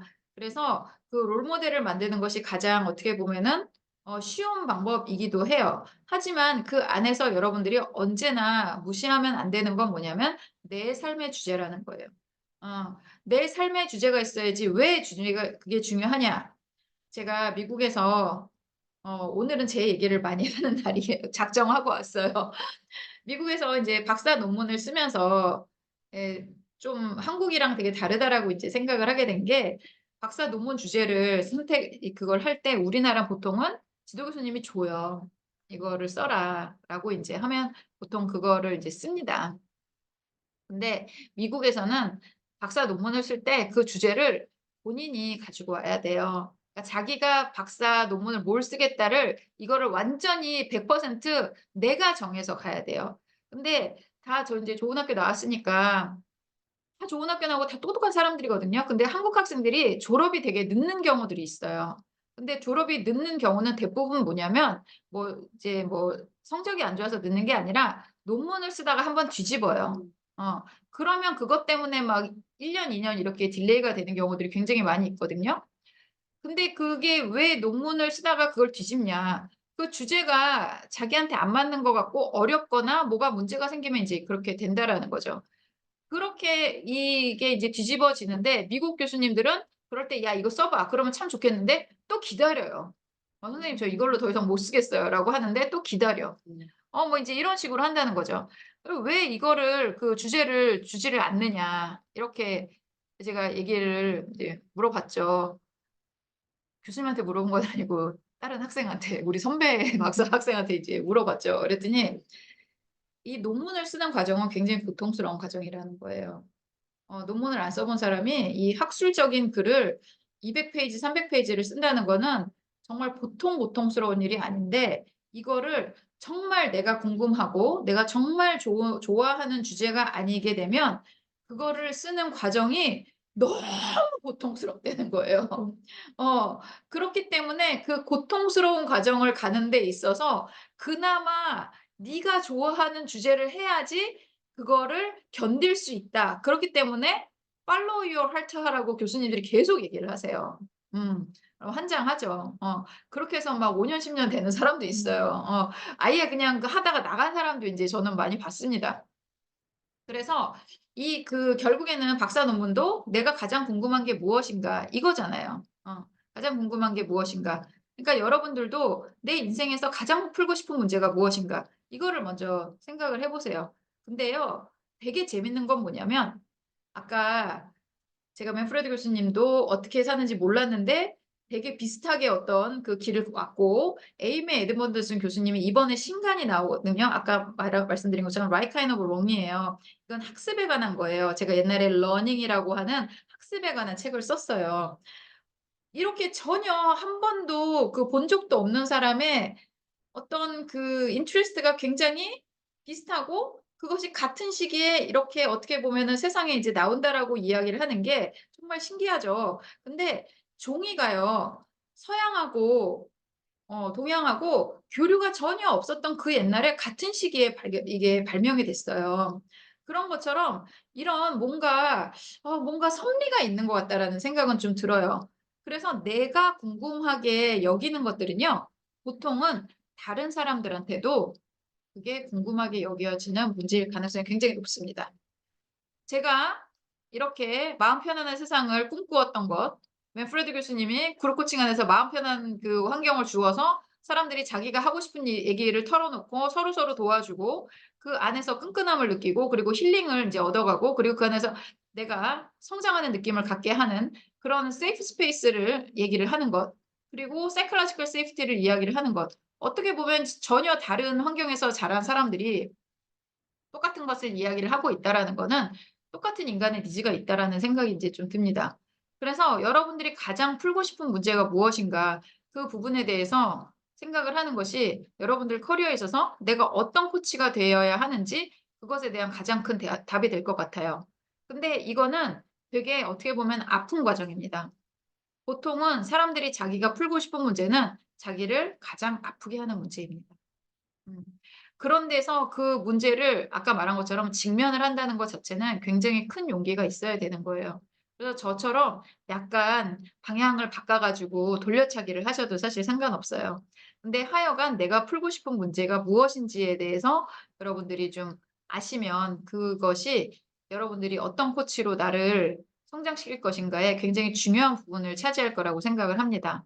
그래서 어떤 사람은 내가 커리어 쪽에 이제 관심이 있다라고 하는 사람은 커리어 쪽으로 이제 가게 될 것이고요. 그리고 내가 심리적으로 마음이 불편한 게 너무 힘들다 하는 사람들은 심리 상담이 조금 더 가미된 그런 코칭을 하시면 이제 도움이 될 거고요. 그리고 내 문제여야지 내가 궁금해야지 내가 학습을 하게 되고 그래야지 내가 또 클라이언트를 도와줄 수 있는 그런 부분들이 이제 있습니다. 그래서 이 부분은 여러분이 좀 심각하게 생각을 해 보셨으면 좋겠어요. 그리고 우리는 이 세상에 태어난 이유가 있겠죠. 어떻게든 기여를 하고 무언가를 남기고 가고 싶지 않습니까? 그래서 네. 명예를 남겨야 되는 게 아니라 무언가를 내가 풀거나 푸는 실마리라도 놓고 가면 맨프레드 교수님이 그 욕을 먹어가면서 그 실마리를 놓으셨으니까 후배들이 그거를 같이 엮어낸 것처럼 여러분들이 씨를 뿌리고만 가실 수도 있어요. 하지만 그것이 저는 큰 의미라고 생각을 하거든요. 그렇기 때문에 여러분들이 풀고 싶은 문제, '내가 뭐라고 세상의 문제를 풀어.'라고 생각하시지 마시고 어떤 문제를 풀고 싶은가 그 과감하게 그 한 걸음을 나아가시는 것이 저는 필요하지 않을까라는 생각이 인제 듭니다. 예 그리고 여러분들이 이 질문 같은 경우는 여러분들이 코칭을 하시면서 여러분들 클라이언트한테도 좀 물어보시면 좋을 것 같아요. 예. 그렇게 해서 '내가 풀고 싶은 문제는 무엇인가?' 한번 생각을 해 보시고요. 이거 제가 물어보지만 단박에 나오는 답 아니에요. 그리고 지금 떠오른 게 내일 떠오르질지 어쩔지 몰라요. 근데 이거를 펄미니아 알바라라고 하는 교수님이 있으세요. 이 뭐 한국말로 어떻게 번역을 하는지 모르겠는데 그분이 이제 옛날에 인시아드 교수였는데 지금 런던 정경대에 가 계시더라고요. 그분이 전직에 관해서 평생을 연구를 하신 분이에요. 전직. 그러니까 완전히 직업을 바꾸는 그거에 대해서 연구를 이제 하신 분인데 그분이 전직의 프로세스를 이제 연구를 하셨어요. 근데 어느 순간에 '뭐가 돼야겠다.'라고 하는 순간에 눈앞에 어떻게 가면 되는지가 쫙 펼쳐지는 순간이 있다. 그러니까 전직을 성공한 사람들이 그렇게 이야기를 하더래요. 어. 그러면 그것이 펼쳐지는 순간 '그 길로 가면 된다.'라고 이야기를 하거든요. 대신에 그것이 펼쳐지기 전까지는 굉장히 혼돈스럽고 뭐 그런 경험들을 한다는 거죠. 그리고 중요한 건 뭐냐면 어떤 한순간 쫙 펼쳐진다라는 거예요. 오늘까지 안 보이다가 내일 갑자기 쫙 보일 수도 있다라는 거죠. 오늘까지는 엉킨 실타래였는데 내일 이게 쫙 펼쳐질 수도 있다라는 그런 것들입니다. 그래서 이런 거는 여러분들이 머릿속에 집어넣으시면 어느 순간에 답이 보일 수도 있어요. 그래서 그 가장 풀고 싶은 문제는 무엇인가 이렇게 하셨으면 좋겠고요. 또 아들러 코칭 많이 하시는 걸로 알고 있어요. 근데 아들러도 뭐라고 얘기를 했냐면 "진정한 치유는 무엇이냐?"라고 이야기를 했을 때 내가 만약에 이제 아까 우리 김종기 이사장님 말씀을 이제 예를 들은 것처럼 '내가 너무 괴로워. 그래서 그거를 잊기 위해서 내가 뭐 명상을 하고 수련을 하고 심리 치료를 다녀. 그리고 뭐 약을 먹어.' 그런 거는 치료가 아니라는 거예요. 세상에 유익이 되는 방식으로 문제를 푸는 것이 그것이 진정한 치유다라고 말씀을 하셨어요. 아들러는 그렇게 얘기를 했거든요. 그런 의미에서 우리 김종기 이사장님은 매일매일 아들의 죽음을 직면을 해야 되는 그 고통 속에서도 어떻게 보면은 이 세상의 유익을 위해서 그 문제를 풀어 가시고 계시는 거죠. 그것이 진정한 치유다라고 아들러도 이야기를 했습니다. 그렇기 때문에 여러분들을 가장 아프게 하는 문제가 여러분들을 어떻게 보면은 가장 행복한 인생으로 그리고 가장 성공적인 인생으로 이끌 수 있다. 이렇게 말씀을 좀 드리도록 할게요. 네. 그래서 이런 것들에 대해서 한번 좀 생각을 해 보시면 좋겠고요. 그리고 '내가 좋아하는 이야기는 어떤 것들인가.' 요것도 좀 생각을 해 보시면 좋을 것 같아요. 맨프레드 캐치드 브리스 이 교수님은 정신분석학을 하신 분이죠. 그러다 보니까 이제 무의식을 굉장히 중요하게 여기신 분입니다. 근데 이제 무의식은 무의식끼리 소통을 하기도 하고요. 그리고 우리 안에 있는 무의식을 우리가 알게 된다면 우리가 진정 무엇을 원하는지를 알 수 있게 된다라고 이제 보고 있습니다. 그렇게 해서 나의 무의식과 만나는 여러 가지 방법으로 프로이드는 꿈에 뭐 이렇게 그런 것들을 해석을 하는 방식이라든가 뭐 심볼리즘이라든가 정신분석하는 사람들이 굉장히 여러 가지의 것들을 이제 이야기를 했어요. 근데 맨프레드 교수님은 이 이야기에 대해서 굉장히 중요하게 얘기를 하세요. 그래서 제가 "리더는 어떻게 성장하는가." 사실은 거기서 약간 변형을 해서 오늘 제목을 이제 다른 것 같기도 한데 맨프레드 교수님이 쓰신 책 중에서 그래도 일반인들이 읽어 볼 만한 책이라고 해 갖고 나온 것들로 인제 해서 나온 책을 그래서 제가 한국에서 번역을 한 거거든요. 거기에 보면 맨프레드 교수님이 옛날 얘기를 지어내셨어요.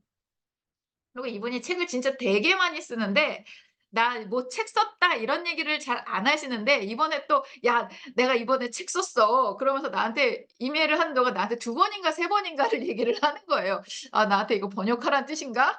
뭐 인제 이렇게 얘기를 하는데 그래서 "아 예 알았어요. 한번 찾아서 사 볼게요." 그랬더니 뭐 교보문고랑 예스24에 아직 그 미발매로 뜨더라고요. 그래서 이제 발매로 뜨면 인제 '사서 봐야지.'라고 생각을 하고 있는데 왜냐면 요즘 달러가 너무 비싸서 아마존으로 안 사려고요. 그래서 그래서 인제 그렇게 생각을 하고 있는데 어 이분이 그렇게 얘기를 해서 한번 봤어요. 무슨 책인가. 그랬더니 또 거기에 무슨 라이프 리브드 웰이야 제목이.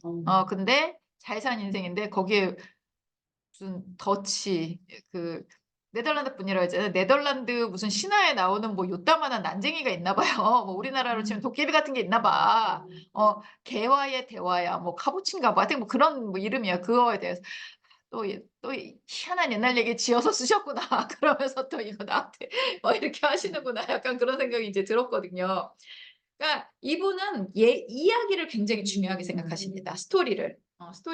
그래서 저도 스토리를 굉장히 중요하게 생각을 해서 제가 박사 때 그 논문 쓸 때 방법론으로 내러티브 인쿼리라는 거를 이제 굉장히 오랫동안 4 학기나 그 수업을 들었어요.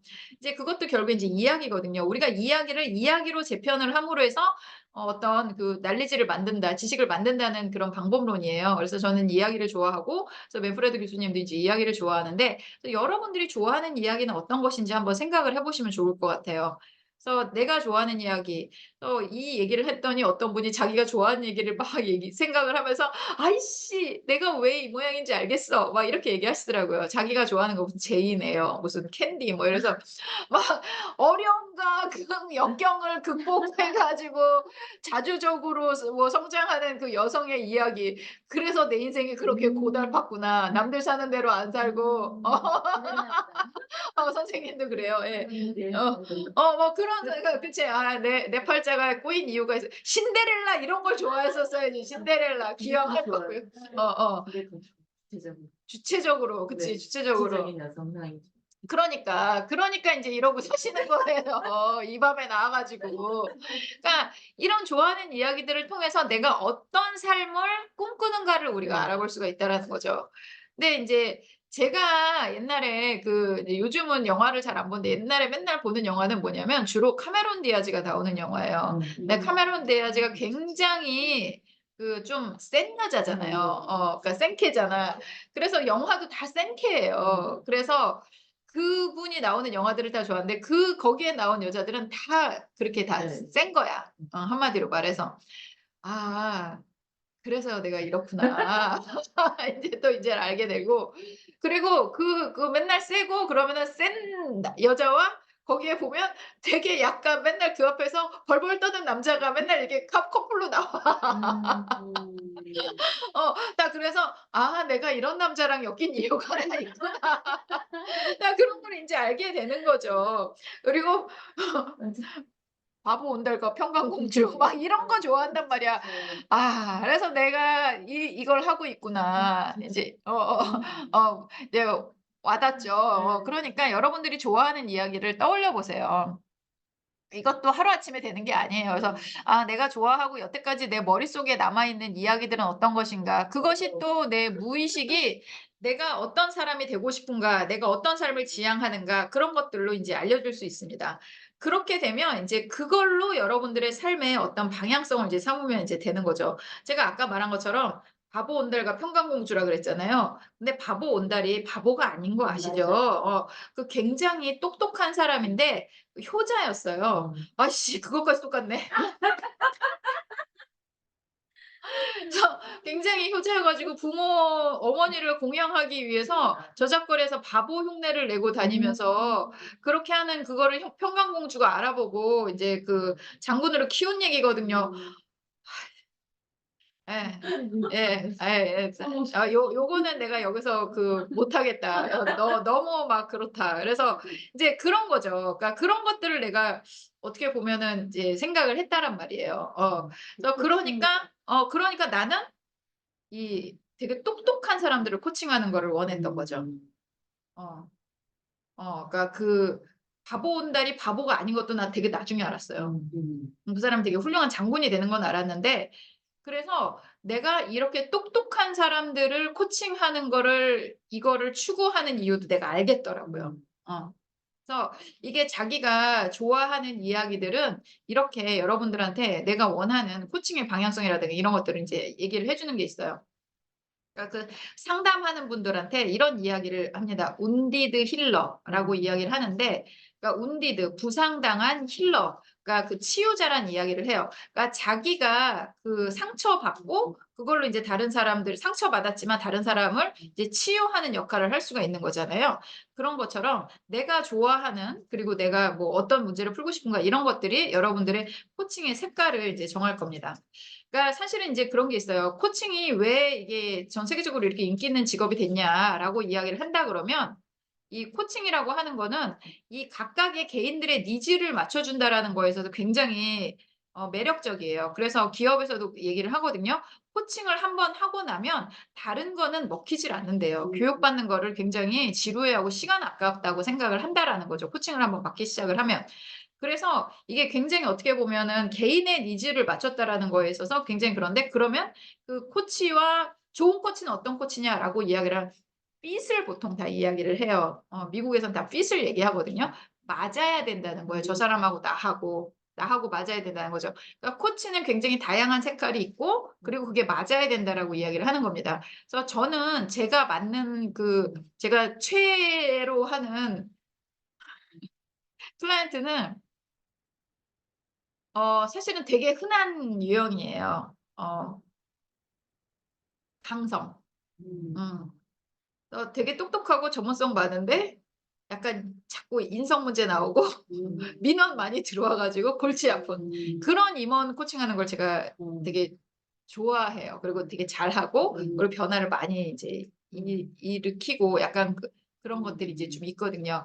그래서 이런 것들도 어떻게 보면 이제 아까 말한 것처럼 이렇게 개인적으로는 굉장히 부드럽고 소프트한 그런 사람들을 좋아하는 반면에 제가 일을 할 때는 그런 사람들의 특징을 잘 알기 때문에 이걸 잘 트랜스퍼를 해서 이 사람들의 특성을 이 사람한테 입히는 역할을 하는 거죠, 어떻게 보면. 강성을 아까 말한 것처럼 자상하고 부드러운 사람으로 만드는 이런 역할을 제가 인제 하는 거를 좋아하는 거예요, 한마디로 말해서.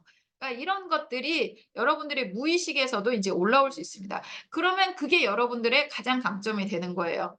그러면 그런 대상을 찾아서 여러분들이 코칭을 하면 코칭을 잘하실 수가 있어요. 지금 저희 그 내부에 인제 늘 슈퍼비전을 진행을 하고 있고 그리고 이제 케이스를 가지고 와서 인제 이야기를 하고 있는데 제가 선생님들한테 하는 얘기가 뭐냐면 처음에 초심자들은 자신한테 자기가 잘하는 코칭이 필요한 사람을 선택해서 어느 정도 자신감과 스킬업을 하는 게 되게 중요하다. 그 얘기를 계속적으로 하고 있거든요. 여러분들이 저를 따라하실 필요는 없어요. 여러분은 각각의 고유한 굉장히 귀한 그런 어떤 특성을 가지고 있는 분들이기 때문에 그것을 잘 발현할 수 있는 그런 클라이언트를 만나는 것이 인제 굉장히 이제 중요합니다. 그래서 이를테면 내가 인정받는 게 되게 중요했어. 근데 인정을 제대로 못 받았어. 그래서 되게 역설적으로 인정을 굉장히 잘해 주는 그런 코치가 되면 좋겠죠. 그게 인제 그러면 되는 거예요. 나는 인정을 많이 받고 자랐기 때문에 그런 거에 대한 니즈가 없어. 그렇기 때문에 내가 하는 코칭에 이건 좀 약간 드라이해요. 근데 이게 인제 그 발음 오브 더 하트 밑에서부터 뭔가가 이렇게 막 있는 사람들은 이게 받고 싶은 게 자기가 있으니까 그거를 주는 거를 통해서 자기가 이제 힐링이 이제 되는 그런 경우들이 이제 있습니다. 그래서 그런 것들도 한번 잘 살펴보시면 좋을 것 같아요. 네. 예. 그래서 인제 '나는 어떤 사람이 되고 싶은가? 내가 어떤 코치로 성장하고 싶은가?' 이것도 되게 중요하지만 결국에는 이 일이라고 하는 것도 우리 인생의 굉장히 중요한 일부분에 해당이 돼요. 그러니까 여러분들이 '어떤 사람이 되고 싶은가?' 이것도 좀 생각을 하셨으면 좋겠습니다. 어떤 그 프로페셔널 그것만 생각하시지 마시고 '나는 어떤 사람이 되고 싶은가?' 이런 걸 생각을 하시면 좋을 것 같아요. 요게 제가 생각할 때는 우리 한국에서는 굉장히 좀 의미가 있는 질문인 것 같다는 생각이 들거든요. 가치에 관한 세계적인 연구를 인제 좀 진행을 했어요. 세계적인 연구를 진행을 했는데 17 개의 선진국이라고 하는 나라를 대상으로 해서 가치에 대해서 그걸 조사를 했는데 뭐 좀 괜찮은 기관에서 인제 했어요. 그랬더니 거기서 대부분의 선진국에서 그러니까 17개 중에서 14 개의 그 선진국에서 가장 중요하게 여기는 요소는 뭘까요? 뭘까요? 예. 예 대부분 서구에 있는 나라들이 많겠죠. 예. 그래서 가족입니다. 그래서 서구에서는 가족이 굉장히 압도적인 그 가치를 차지해요. 최근에 뭘 봤는데 그 뉴욕 양키스에 굉장히 잘 나가는 선수인데 그러니까 옛날에는 가족을 라커룸에 데리고 올 수가 있었대요. 근데 그거를 못 하게 했대요. 그랬더니 이 선수가 은퇴를 했대요. 150억 달러를 그 연봉으로 제시를 했는데 "야 내가 아들도 이 덕아웃에 못 데리고 오면 그러니까 여기에 그 락커에 못 들어오면 나 안 할래. 나 그냥 아들이랑 놀래." 그러고 은퇴를 했다라는 거죠. 그러니까 서양에서 이 가족은 정말 신성 불가침해요. 신성까지는 모르겠지만 하여튼간 그 정말 굉장히 중요한 가치 중에 하나고 그 서장훈 씨가 예전에 미국에 연수를 갔는데 거기는 NBA 팀 엄청 농구 잘하잖아요. 합숙을 안 한다는 거예요. 근데 우리나라 농구팀은 다 합숙을 한대요. 근데 "합숙을 너네는 왜 안 하냐?" 그랬더니 그 "합숙을 왜 하냐?" 그러더래요. "아니 합숙을 해야지 우리가 훈련도 더 많이 하고 팀워크도 더 좋아지고 그러지 않냐?"라고 얘기했더니 "야 우리는 가족을 위해서 일하는 거야. 근데 왜 가족하고 떨어져 있어? 가족하고 잘 보내려고 내가 이 농구를 하는 건데 내가 왜 합숙을 해? 가족이랑 지내야지." 이렇게 얘기를 하더라는 거죠. 그래서 미국 사람들은 절대 이해 못 하는 게 "1억이 아빠." 예 인제 이게 되는 거죠. 그래서 이 가족이 엄청나게 이제 중요하고 뭐 그다음에 멘탈 헬스 그리고 뭐 피지컬 헬스 그래서 그러니까 몸과 마음의 건강 보통 인제 이런 거 그러고 인제 파이낸셜 이게 한 3위 정도 된대요. 그러니까 돈 이게 이제 3위 정도 되는데 이거를 사람들한테 여러 개를 선택하게 했다는 거죠. 한 10개 정도 되는 데서 여러 개를 선택을 했을 때 인제 요렇게 가중치를 갖고 나오는데 우리나라는 예 뭐겠어요 1 위가? 예 돈. 그냥 하나. 딱 하나. 딱 하나. 아까 17개 국가 17개 국가에서 14 개는 이제 가족이라고 그랬잖아요. 3 개의 나라가 이제 우리나라랑 대만이랑 뭐 어느 나라인데 아시아의 어떤 나라예요. 근데 이제 대만 같은 경우는 사회적 안정을 꼽았대요. 여기는 언제나 중국의 위협이 인제 있기 때문에 그거가 이제 넘버 1 이고 뭐 그렇게 된다라고 이제 이야기를 하는데 근데 돈을 일본이지, 일본이지. 일본이겠지. 이게 돈인데 일본도 사람들이 가치를 여러 개 선택한 것 중에 돈이 1 위래요. 근데 우리나라는 그 여러 개의 그거가 아니라 거기서 가치를 딱 한 가지만 선택한 사람이 90%가 넘는 나라래. 단 한 가지의 가치. 돈. 충격적이죠. 네. 돈. 그러니까 어떤 사람이 되고 싶은가? 그럼 다 건물주, 부자 이거 말고는 없는 거예요. 어. 근데 이게 사실은 굉장히 불행하게 만든 이거든요. 지금 그 인제 좀 잘 팔리는 책 중에 신경끄기 기술이라고 그 표지가 아주 정신사 나온 재밌는 책이 있습니다. 그 마크 맨선인가 뭐 그 쓴 사람이 이제 우리나라 전 세계에서 가장 우울한 나라를 갔다 왔습니다. 그래서 유튜브 영상을 올렸더라고. 맞잖아요. 우리나라 전 세계에서 가장 우울한 나라 맞잖아요. 우울증 제일 많고 자살률 제일 높고 제일 우울한 나라 맞잖아요. 인제 왔다 인제 갔는데 거기서 가장 큰 우리의 게 뭐냐면 뭐 설명을 많이 하는데 결국에는 경쟁이라는 거예요.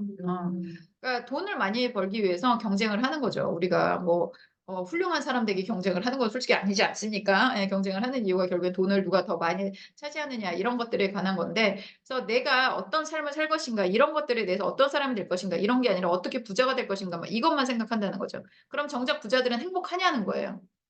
부자들이 행복하냐. 그러니까 예전에 제가 이제 사주팔자 유튜브 보는 걸 되게 좋아하거든요. 근데 거기서 누가 그런 질문을 하는 거예요. "부자인데도 극복할 수 있냐?" 근데 부자인데도 극복할 수 있다는 거죠.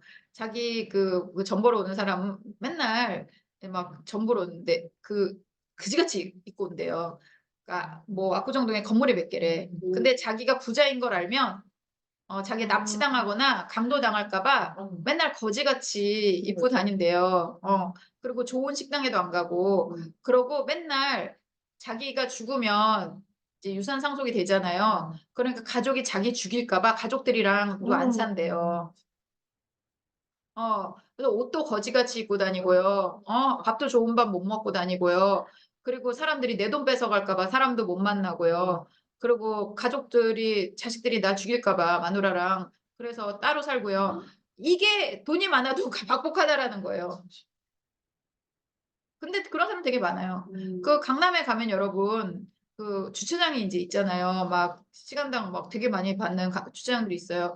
거기에 보면 늑수그레는 아저씨들이 있는 경우가 있거든요. 그 땅 주인인 경우가 되게 많아요. 왜냐면은 사람을 쓰면 삥땅을 치잖아. 거기 거의 다 현금으로 하니까. 삥땅을 칠까 봐 그 몇만 원 삥땅 치는 꼴을 못 봐서 거기에 그 부스에 주차 부스에 앉아 갖고 짜장면 시켜 가면서 그 강남에서 그 주차장에 계시는 우리 주차장 사장님들이 되게 많아요. 그런 사람들도 뭐예요? 부자지만 박복한 사람들. 네. 그러니까 이런 것들이 인제 되게 중요하다라는 거예요. 그래서 가장 뭐 전 세계에서 가장 오래되고 가장 유명한 하버드의 행복에 관한 종단 연구가 인제 있습니다. 예 웰딩어 박사라고 이제 하버드 의대의 인제 교수님인데 이분도 이번에 하버드 코칭 컨퍼런스에 인제 등장을 하십니다. 연사로 나오셔 죽이죠. 라이너 엄청나죠. 예. 빛내서라도 가고 싶죠. 예. 이제 그분이 인제 나오시는데 그 연구에서 85년 동안 진행된 연구에서 사람들이 행복한 데 있어서 가장 중요한 게 뭐냐? 따뜻한 관계라고 얘기를 했어요. 그게 가족이어도 되고 아니어도 괜찮습니다. 그래서 따뜻한 관계라고 이야기를 해요. 그래서 이게 뭐 가족끼리 따뜻한 관계도 중요하고 우리 협회 같은 데서 엄청 따뜻하죠. 이런 관계도 너무 중요하고 그리고 우리가 길에서 만난 사람하고도 따뜻하게 친절한 대화를 나누는 것도 우리 행복에 되게 중요한 부분이라고 이야기를 합니다. 그래서 누구랑 막 몇십 년의 롱롱한 관계만 그게 의미가 있는 게 아니라 우리가 만나는 모든 사람하고 이런 따뜻함을 나눌 수 있는 것이 행복에서 가장 중요한 요소라고 이야기를 하고 있습니다. 그래서 여러분들은 어떤 사람이 되고 싶은지 한번 생각을 해 보시고요. 근데요, 저도 돈은 중요해요. 다른 거 중요한 거 많아요, 저도. 저는 가족 제일 중요하고요. 그리고 관계 그다음 중요하고요. 그다음에 돈이에요. 어. 그 "돈이 있어야 가족이랑도 좋아지고 뭐 어쩌고 저쩌고 그런 거다."라고 이야기를 하긴 하는데 돈이 있으면 있다고 해 가지고 다 그렇게 좋은 관계를 만들 수 있는 건 아니에요. 그런 건 아니에요. 그런 건 아니지만 필요합니다. 예. 유대인 속담에 그런 게 있어요. 우리 몸에서 가장 중요한 기관이 심장인데 그 위에 돈이 있다. 그리고 그 요즘에 인제 가속노화, 저속노화 이야기하는 정의원 선생님도 이제 이야기를 하는 거에 그 WHO에서 그 노년을 잘 살기 위한 4 가지 요소를 이제 이야기를 해요. 그래서 첫 번째 요소가 뭐냐 삶의 목표예요. 우리가 이제 얘기하는 어떤 사람이 되고 싶은가. 이게 사실은 가장 중요하다라고 이야기를 하고 그다음에 인제 모빌리티 얼마나 내가 내 몸을 움직일 수 있느냐 이제 이게 중요하고 그런 다음에 이제 멘탈 이거 그 정신이 얼마나 건강한가에 대해서 얘기하고 마지막으로 얘기하는 게 뭐냐면 내가 얼마나 의료 혜택을 잘 받을 수 있냐 이것에 대해서 이야기를 합니다. 그래서 결국에는 의료 혜택은 아직까지 우리나라는 돈이 이제 되게 중요한 부분을 차지하고 있죠. 예. 그런 의미에서 돈도 되게 중요합니다, 여러분들이 잘 사는데. 하지만 이것만 갖고 살 수는 없고요. 이거로 다 다른 게 해결이 절대로 될 수 없습니다. 그래서 여러분들이 이것도 중요하게 생각하고 다른 중요한 여러 가지 것들을 이제 만드세요. 그래서 어떤 사람이 되고 싶은가? 저는 어떤 방식을 했냐면 사실 롤 모델링을 이제 저는 많이 했어요. 이거는 이 사람, 이건 저 사람. 그래서 그냥 맹목적으로 따라하는 거 되게 많아요. 저는 맨프레드 교수님이 저의 완전히 뮤즈시잖아요. 그래서 그분이 자기 어느 날 얘기하시더라고. "I live in the center of the 파리. 센터 오브 파리." 이렇게 말씀하시더라고요. "나는 파리 가장 중심에 살아." 저는 서울 가장 중심에 살고 있습니다. 저희 집에 와 보신 분들은 아실 거예요. 서울지도 펴면 가장 중심에서 살고 있어요. 예. 그래서 그냥 되게 그 집을 살 때도 딴 거 없었어. "난 맨프레드 교수님처럼 나 시티 중간에 딱 살 거야." 이런 거.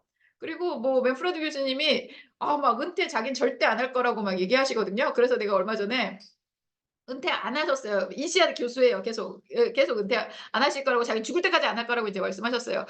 그래서 저도 그랬어요. "교수님 저도 마음을 먹었습니다. 저도 절대 은퇴를 하지 않을 것입니다." 그냥, 그냥 맹목적으로 따라하는 그냥 그런 거예요. 그런데 이제 제가 맨프레드 교수님만 따라하진 않습니다. 다양한 사람들을 따라해요. 그래서 그걸 모자이크처럼 이제 만들어서 저만의 어떤 그 되고 싶은 사람의 모습이 있어요. 그래서 여러분들도 그거를 이제 만드시면 좋겠어요. '아 요거는 요 사람처럼 살았으면 좋겠다. 요건 요 사람처럼 살았으면 좋겠다.' 요런 것들을 좀 잘 만들어서 이제 하시면 될 것 같아요. 뭐 저는 이제 윤여정 선생님처럼 이제 쿨하고 솔직하게 이제 늙고 싶어요. 그렇게 늙고 뭐 그렇게 늙고 싶고 뭐 하여튼 그 제가 닮고 싶은 사람들이 굉장히 많아요. 저희 아파트에 선우영유 선생님이 사시거든요. 근데 선우영 선생님은 언제나 "안녕하세요." 인사를 하십니다. 그래서 저도 저를 아시지도 않는데 하여튼간 아파트에서 만난 모든 사람한테 그렇게 인제 인사를 하시는 거죠. 그래서 그다음부터 저도 너무 좋더라고요 그게. 그래서 아무나 만나면 "안녕하세요." 예 뭐 그러고 주차장에 들어가도 "감사합니다." 그러고 나오고 그래요. 그러니까 이런 것들을 여러분들이 여기저기서 그냥 모자이크처럼 좋아 보이는 거를 하세요. 그렇게 해 갖고 우리 옛날에 뭐 이렇게 막 붙이는 것처럼 그렇게 해서 내가 원하는 상을 만드시는 것도 저는 추천드리는 방법 중에 하나입니다. 예. 그리고 또 인제 중요한 거. 내가 어떤 사람이 되고 싶은가도 있지만 나는 어떤 사람으로 인식되고 싶은가. 이 부분도 이제 굉장히 중요한 부분이라고 저는 생각을 합니다. 내가 실질적으로 어떤 사람이 되는가 그것도 되게 중요하지만 어떤 사람으로 인식이 되고 싶은지도 되게 중요해요. 이거는 그 마크 브렉 이 교수님 맞죠? 이름 맞죠. 예. 네. 그 교수님이 베스트 셀프라는 그 개념으로도 인제 말씀을 하셨어요. 내가 보여주고 싶은 가장 최적의 최상의 모습, 그 모습이 어떤 것인지 여러분들이 좀 기억을 하시면 좋겠어요. 그래서 그런 것들도 이것도 하루아침에 만들어지는 것이 아니라 '나는 어떤 사람으로 인식되고 싶은가.' 그 옛날 뭐 그 얘기 있잖아요. 큰바위 얼굴. 큰바위 얼굴을 보고 자랐더니 어느 날 내가 큰바위 얼굴이 됐다. 이제 이렇게 얘기를 하는 것처럼 내가 어떤 사람으로 인식이 되고 싶은지 다른 사람들한테 어떻게 보여지고 싶은지도 내가 계속적으로 그거를 끊임없이 의식을 하다 보면 그런 사람이 점점 되어 갑니다. 그래서 어느 순간에 '아 내가 그런 사람이 됐구나.'라고 하는 거를 여러분들이 깨닫는 순간이 있어요. 그게 오늘 내가 당장 내일부터 그걸 연기를 하는 게 아니에요. 그냥 '그런 사람이 되고 싶다. 이렇게 보여줬으면 좋겠어.' 뭐 이런 것들에 대해서 계속적으로 인제 생각을 하시다 보면 고렇게 비슷하게 인제 되어가는 모습이 인제 있습니다. 근데 인제 제 맨프레드 교수님 계속 얘기를 하고 있는데 그 교수님의 인제 치명적으로 안 닮고 싶은 거는 뭐냐면은 우리 네. 예 뭐 그것도 있지만 너무 안 친절해. 그러니까 약간 시크한 스타일이에요. 시크한 스타일이고 그 천재기가 있어요. 그 천재기가 있고 그 참지 않아요. 되게 세련되게 표현을 하시긴 하시지만 뭐라 그래야 되나? 막 마냥 좋지만은 않아. 그래서 약간 어려움이 좀 있거든요.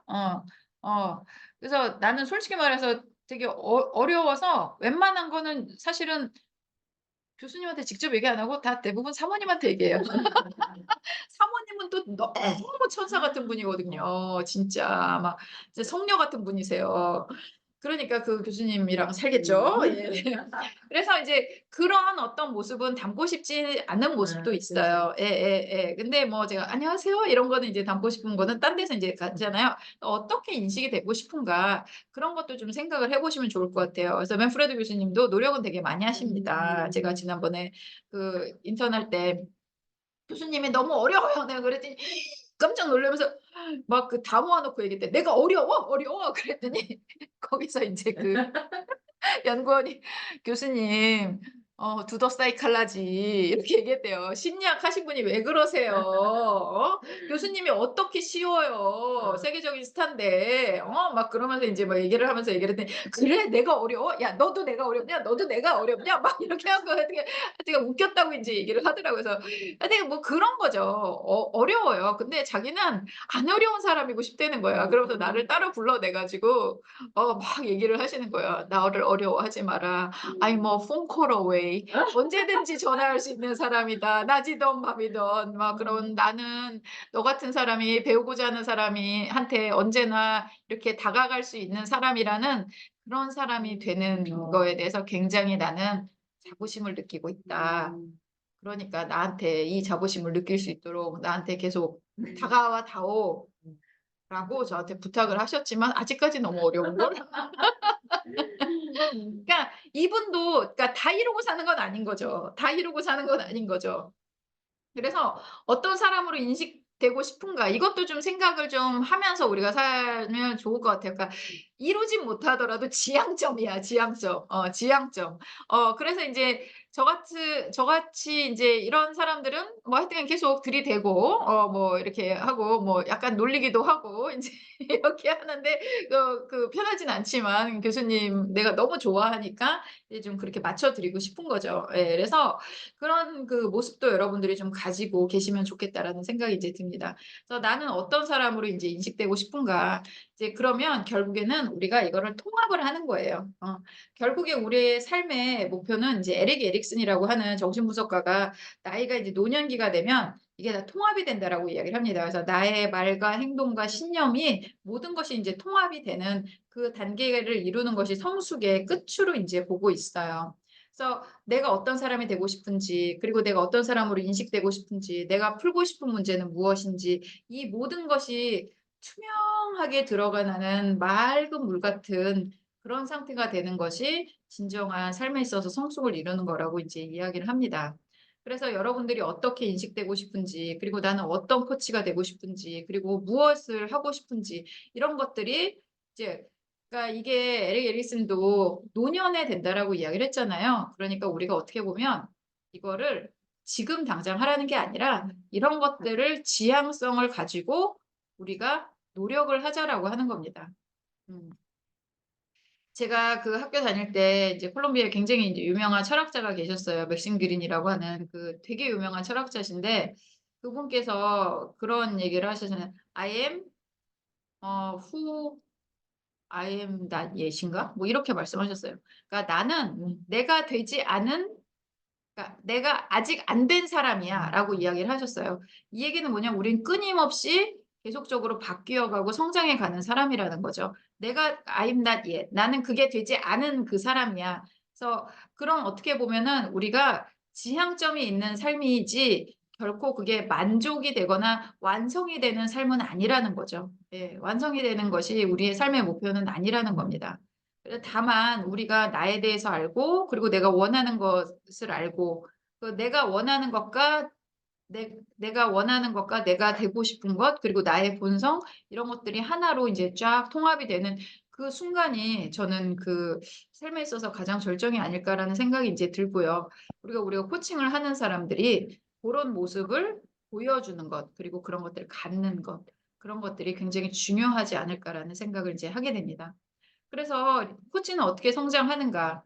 리더는 어떻게 성장을 하는가? 맨프레드 캐치드 브리스 교수님 말씀하셨습니다. 리더의 성장은 인격의 성장이라고 말씀하셨어요. 저는 코치의 성장 역시 인격의 성장이라고 생각을 합니다. 그래서 우리의 인격의 성장도 결국엔 이 통합을 향한 길인 거고요.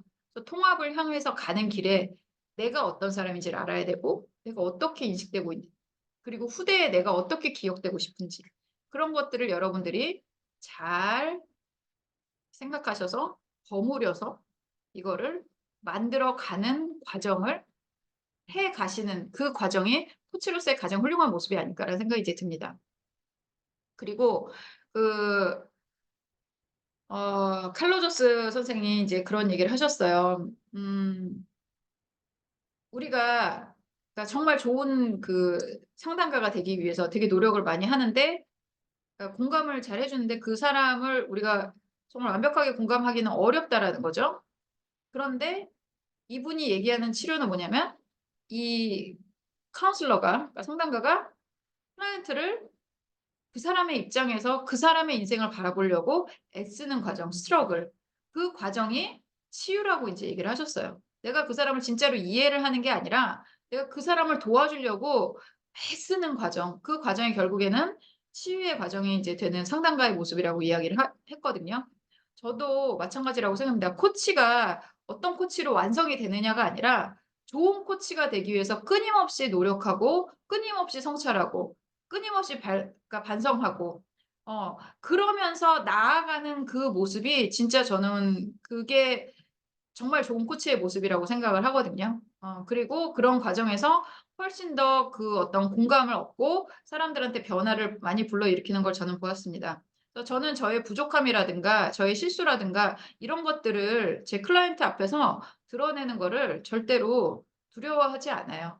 오히려 그렇게 했을 때 훨씬 더 저에 대해서 신뢰감을 갖고 인간적인 어떤 그 연결감을 가지면서 제가 추구하는 그런 변화들이 많이 일어난 것에 대해서 저는 너무 많이 경험을 해 왔기 때문에 그러니까 내가 있는 그대로 나를 받아들이는 수용. 내가 나를 수용 못 하는데 다른 사람은 어떻게 수용을 하겠습니까? 그래서 그런 과정들이 필요하지 않을까라는 생각이 이제 듭니다.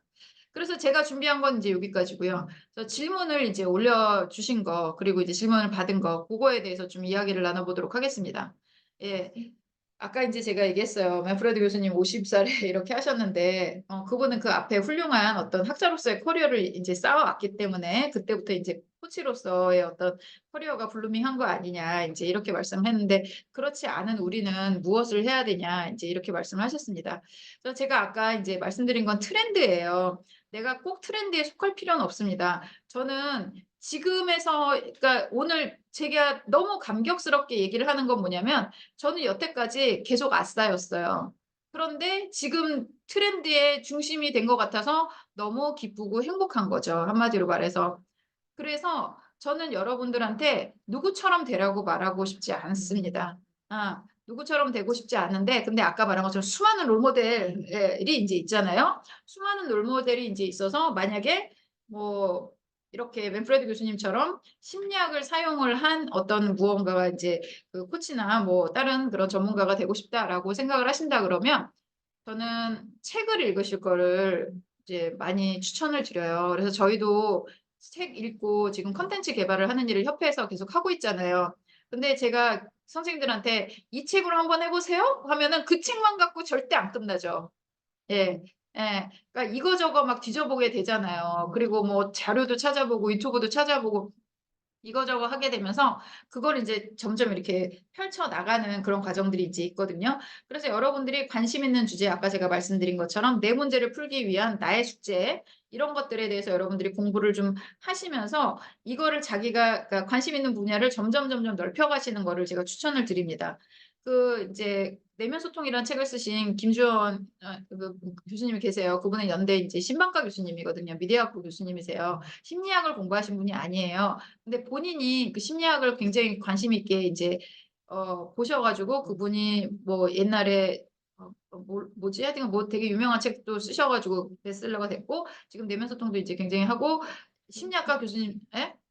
회복 탄력성에 대해서 얘기한 거죠. 심리학자처럼 나와서 말씀하시거든요. 심리학자가 아니에요. 그런 것처럼 자기가 관심 있는 분야가 있으면 열심히 그냥 공부하시라고 제가 말씀드립니다.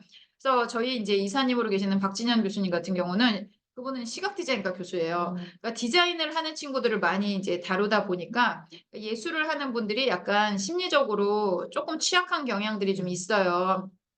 그러니까 그런 친구들을 계속적으로 다루다 보니까 이 뇌과학 쪽에서도 이제 몸과 그러니까 마음 의 과학 뭐 요런 것들을 이제 지금 과목으로 만들어 가지고 이제 강의도 하고 계시고 그리고 성장 과정이 지금 몸과 마음과 이런 거에 어떻게 영향을 끼치는가 이거에 굉장히 이제 깊이 관심을 갖고 계시거든요. 그분은 이제 학생들을 많이 상대하니까 20 대의 요런 친구들한테 영향을 많이 미치는 건 결국에는 어린 시절이죠. 그러니까 어린 시절에 대해서 이거에 대해서 굉장히 연구를 많이 해서 책을 한 60 권을 읽으셨대요. 그러니까 그렇게 충분히 하실 수가 있어요. 근데 내가 이거를 정말 학생들한테 애정을 갖고 '제가 왜 그럴까?' 그런 것들에 대한 애정이 있기 때문에 저는 그거를 할 수 있었던 거라고 생각을 하거든요. 그런 것처럼 여러분들도 관심이 있는 분야가 있다라고 이야기를 하면 어떻게 하면 내가 그걸 잘할 수 있을지 꼭지를 찾아서 읽기 시작하면서 확장하라. 책을 읽으면 된다. 책에 거의 답이 다 나와 있다. 예 그렇게 해요. 그리고 영상으로 하는 거는 굉장히 제한돼 있고 기억이 잘 안 남지 않습니다. 그렇기 때문에 그 여러분들이 여러분들이 "텍스트를 웬만하면 좀 보시라." 이렇게 말씀을 드리도록 하겠습니다. 예. 아 좋아요. 예. 많은 분들이 이제 "코칭파를 모르는 것 같다." 그렇게 해서 이제 그 질문을 올려주신 분이 이제 계셔요. "어떻게 커리어 코칭, 기업 코칭에서 코칭의 필요성을 어필할 수 있을까요?" 진짜 이게 제일 중요해요. 제가 옛날에 어디 가서 리젝트 맞았었던 그 아티클이 있는데 그거 좀 살려 갖고 어디다 다시 집어 넣어야겠다. 그래서 코치에게 가장 중요한 게 뭐냐? 근데 내가 1 번으로 꼽은 게 뭐냐면 클라이언트다 내가 그랬어. 클라이언트. 클라이언트. 네. 코치는 클라이언트가 있어야지 코칭을 하는 거지 나 혼자 코칭을 할 수는 없잖아요. 그래서 결국에는 클라이언트를 어떻게 얻느냐 이게 사실은 제일 중요한 부분인 것 같고 그래서 기업이나 커리어 코칭에서 어떻게 필요성을 어필할 수 있느냐 이게 진짜 되게 중요한 질문인 것 같다라는 생각을 인제 하고 있습니다. 그런데 이거는 약간 그러니까 뭐든지 티핑 포인트가 필요하거든요. 조직 문화에서 변화에 있어서도 이제 중요하게 얘기를 하는 게 티핑 포인트예요. 어떤 한순간에 이게 계속적으로 있다가 이게 확 확산이 되는 그런 순간이 있는데 저는 여러분들 코칭을 하시는 분들이 올해와 내년을 놓치지 않았으면 좋겠어요. 지금 이런 쪽에 어떤 코칭이라든가 상담이라든가 개인을 돌보는 쪽에 이런 정부 사업이라든가 이런 것들이 되게 많이 일어나고 있고요. 이런 것들의 중요성에 대해서 굉장히 이야기를 많이 하고 있습니다. 그리고 이게 부동산이라든가 이런 것들이 한풀 꺾였잖아요. 재테크가 인제 한풀 꺾여 가지고 심지어는 재테크 유튜버도 요즘에 나와서 이런 상담 얘기를 하고 있어요. 심리적인 이걸 얘기를 하고 있어요. 그래서 이런 부분에 있어서 지금 사람들이 어떤 심리적인 돌봄 인제 그게 상담이라고 한다 그러면 코칭은 거기서 한 발 더 나가서 성장시키는 거죠. 그러니까 이 코칭이라고 하는 거는 이제 그런 거라고 생각을 해요. 저는 이제 코칭을 한다라고 하는 거는 약간 PT 받는 거라고 생각을 하는 거고 상담받는 거는 병원 가서 치료받는 거라고 생각을 하거든요. 물리치료라도 이제 받잖아요, 들어 누워서. 근데 인제 뭐예요? PT는 내가 움직여야 되는 거잖아요. 들어 누워 있으면 안 되잖아요. 그렇죠. 그래서 내가 건강해지면 아픈데도 낫는다는 거죠. 덜 아프고 그리고 내가 여기가 아팠는데 다른 데 전신 운동을 하다 보니까 여기 어깨 아픈 것도 이제 사라지고 이런 식으로 전반적으로 내가 타겟팅을 하지 않은 문제도 해결이 되는 경우들이 굉장히 많이 있어요. 그래서 이 코칭이라고 하는 거는 이 성장에 포커스를 좀 맞춰서 이 힐링 다음 단계라는 거를 좀 이야기를 하면은 좋을 것 같다는 생각이 들고요. 그리고 코칭 상담은 코칭이지만 "코칭은 상담은 아니다."라고 얘기를 하거든요. 그래서 상담이 필요로 한 데에 일단 여러분들이 다 들어가십시오. 그리고 여러분들이 좋은 코칭을 하면 사람들이 인정을 해 줍니다. 그래서 결국에는 이런 것들을 경험을 해서 아까 그 인시아드 프로그램이 뭐 다른 마케팅을 하지 않아도 굉장히 그 뭐 성업을 하고 있는 것처럼 여러분들이 이 코칭을 통해서 잘하시면 이게 여러분들한테 도움이 인제 되고 그러니까 점점 더 누군가를 소개해 주고 그런 것들이 있죠. 그래서 우리 선생님들께서 지금 지자체나 이런 데 가 갖고 코칭 활동 많이 하고 계시거든요. 그럼 코칭 받아본 사람들이 보통 또 클라이언트를 또 데려와요. 그런 형식으로 인제 돼야지 그게 어느 순간에 숫자가 딱 폭발적으로 느는 순간이 있으면 그때는 "코칭을 안 받아? 상담을 안 받아? 왜?" 인제 이렇게 되는 거죠. "건강검진을 안 받아? 왜?" 지금 그러잖아요. 옛날에 "건강검진 받는다 그러면 너 어디 아프냐?" 그랬는데 요즘엔 "안 받아? 왜?" 이렇게 얘기하는 것처럼 그런 시기가 올 겁니다. 예. 그래서 "행복한 사람이 많은 동네에는 이런 상담가들도 많다."라고 이야기를 하고 있는데요. 고런 것들 여러분들이 이제 좀 어떻게 보면은 사회적인 인식이 이제 무르익었기 때문에 여러분들이 나가서 활동을 하시면서 이 코칭 파워를 알리는 데 중점을 두시라. 그래서 내가 만나는 클라이언트 한 명 한 명한테 정말 최선을 다해서 이런 효과를 좋게 하는 것이 결국에는 이게 저는 이 코칭 필드를 살아남게 하는 거라고 생각을 하거든요. 옛날에 제가 아웃플레이스먼트라는 거를 했었어요. 전직 지원 그 코칭을 한 적이 있었거든요. 그래서 저는 이제 전직 임원들 특히 인제 외국계 회사 옛날에 2000 년대 초반이니까 그런 데서 정말 비싼 돈을 받으면서 그 커리어 컨설팅을 하는 일로 제 그 코칭 커리어를 사실은 시작을 했어요. 근데 그 분야가 죽었습니다. 왜? 좋은 아웃플레이스먼트 컨설턴트가 거의 없었어요. 근데 미국은 아직도 성업이에요. 왜냐하면 여기는 심리학한 사람들이 비즈니스에 대한 이해가 되게 높아요. 그렇기 때문에 그거를 다 하는 사람들이 이 아웃플레이스먼트 필드를 계속적으로 쭉 끌고 가는 거죠. 그러니까 이게 서비스의 이런 퀄리티가 유지가 되면 이 산업은 계속적으로 살아남는 거고 아니면은 싸구려 필드로 전락을 해 버리거나 사라지게 되는 겁니다. 업이 사라지게 되는 거예요. 그렇기 때문에 여러분들이 정말 좋은 퀄리티를 인제 그 가지고 있는 코칭을 계속적으로 제공을 하는 것이 여러분들이 필요성을 어필하는 데 있어서 가장 중요한 방법이다. 저는 이렇게 말씀을 드리도록 하겠습니다. 예. 그래서 오늘은 제가 인제 신년 맞이 예. 네 예. 맞아요. 예. 힐링, 성장, 티핑 포인트, 퀄리티, 진심. 예 맞습니다. 그래서 신년을 맞이해서 우리가 어떻게 올 한 해 그러면은 앞으로 어떻게 살아가야 될 것인가. 그래서 케이스 그리고 그거에 를 생각해 볼 만한 질문 요렇게 해서 제가 오늘 좀 꾸며 봤습니다. 그래서 아무쪼록 여러분들한테 좀 도움이 됐었으면 하는 생각이 이제 들고요. 어떻게 보면 사담이라고 이야기를 하지만 아까 맨프레드 교수님 같은 그런 분들은 있잖아요. 그 인터뷰해 갖고 개인적인 얘기 쓰는 걸로 SSCI 예. 그러니까 그 논문을 내는데 등급이 있거든요. 그래서 SSCI 거 인제 인덱스라고 하는데 소셜 사이언스 앤 뭐 어쩌고 해서 인덱스가 있어요. 거기에 등재된 학술 논문을 이제 되게 쳐 줘요. 그래서 일반 교수님들이 거기에 본인이 인제 그걸 내면 그래서 거기에 실리면 학교에서 인센티브가 막 1,000만 원씩 나와요. 그 정도로 대단한 그 지위의 그 학술지들이거든요. 맨프레드 교수님 인터뷰가 거기 SSCI에 몇 개가 있어요. 이분의 삶, 이분의 철학, 이분의 생각 이것만 해도 이미 우리 인류에게 굉장히 큰 어떤 학술적 자산입니다. 그래서 이걸 사담이라고 생각을 하시면 안 될 것 같고요. 어떻게 보면 이 필드를 이해하는 데 이게 어떻게 보면 코어가 되고 그리고 여러분들 개인적으로도 좀 도움이 되는 그런 시간이었길 이제 바라겠습니다. 예 그래서 오늘은 여기까지 마치고 우리 다음 달은 2월 29일 날 예 찾아뵙는 걸로 하도록 하겠습니다. 예. 여러분 오늘 예 늦은 시간까지 함께 해 주셔서 감사합니다.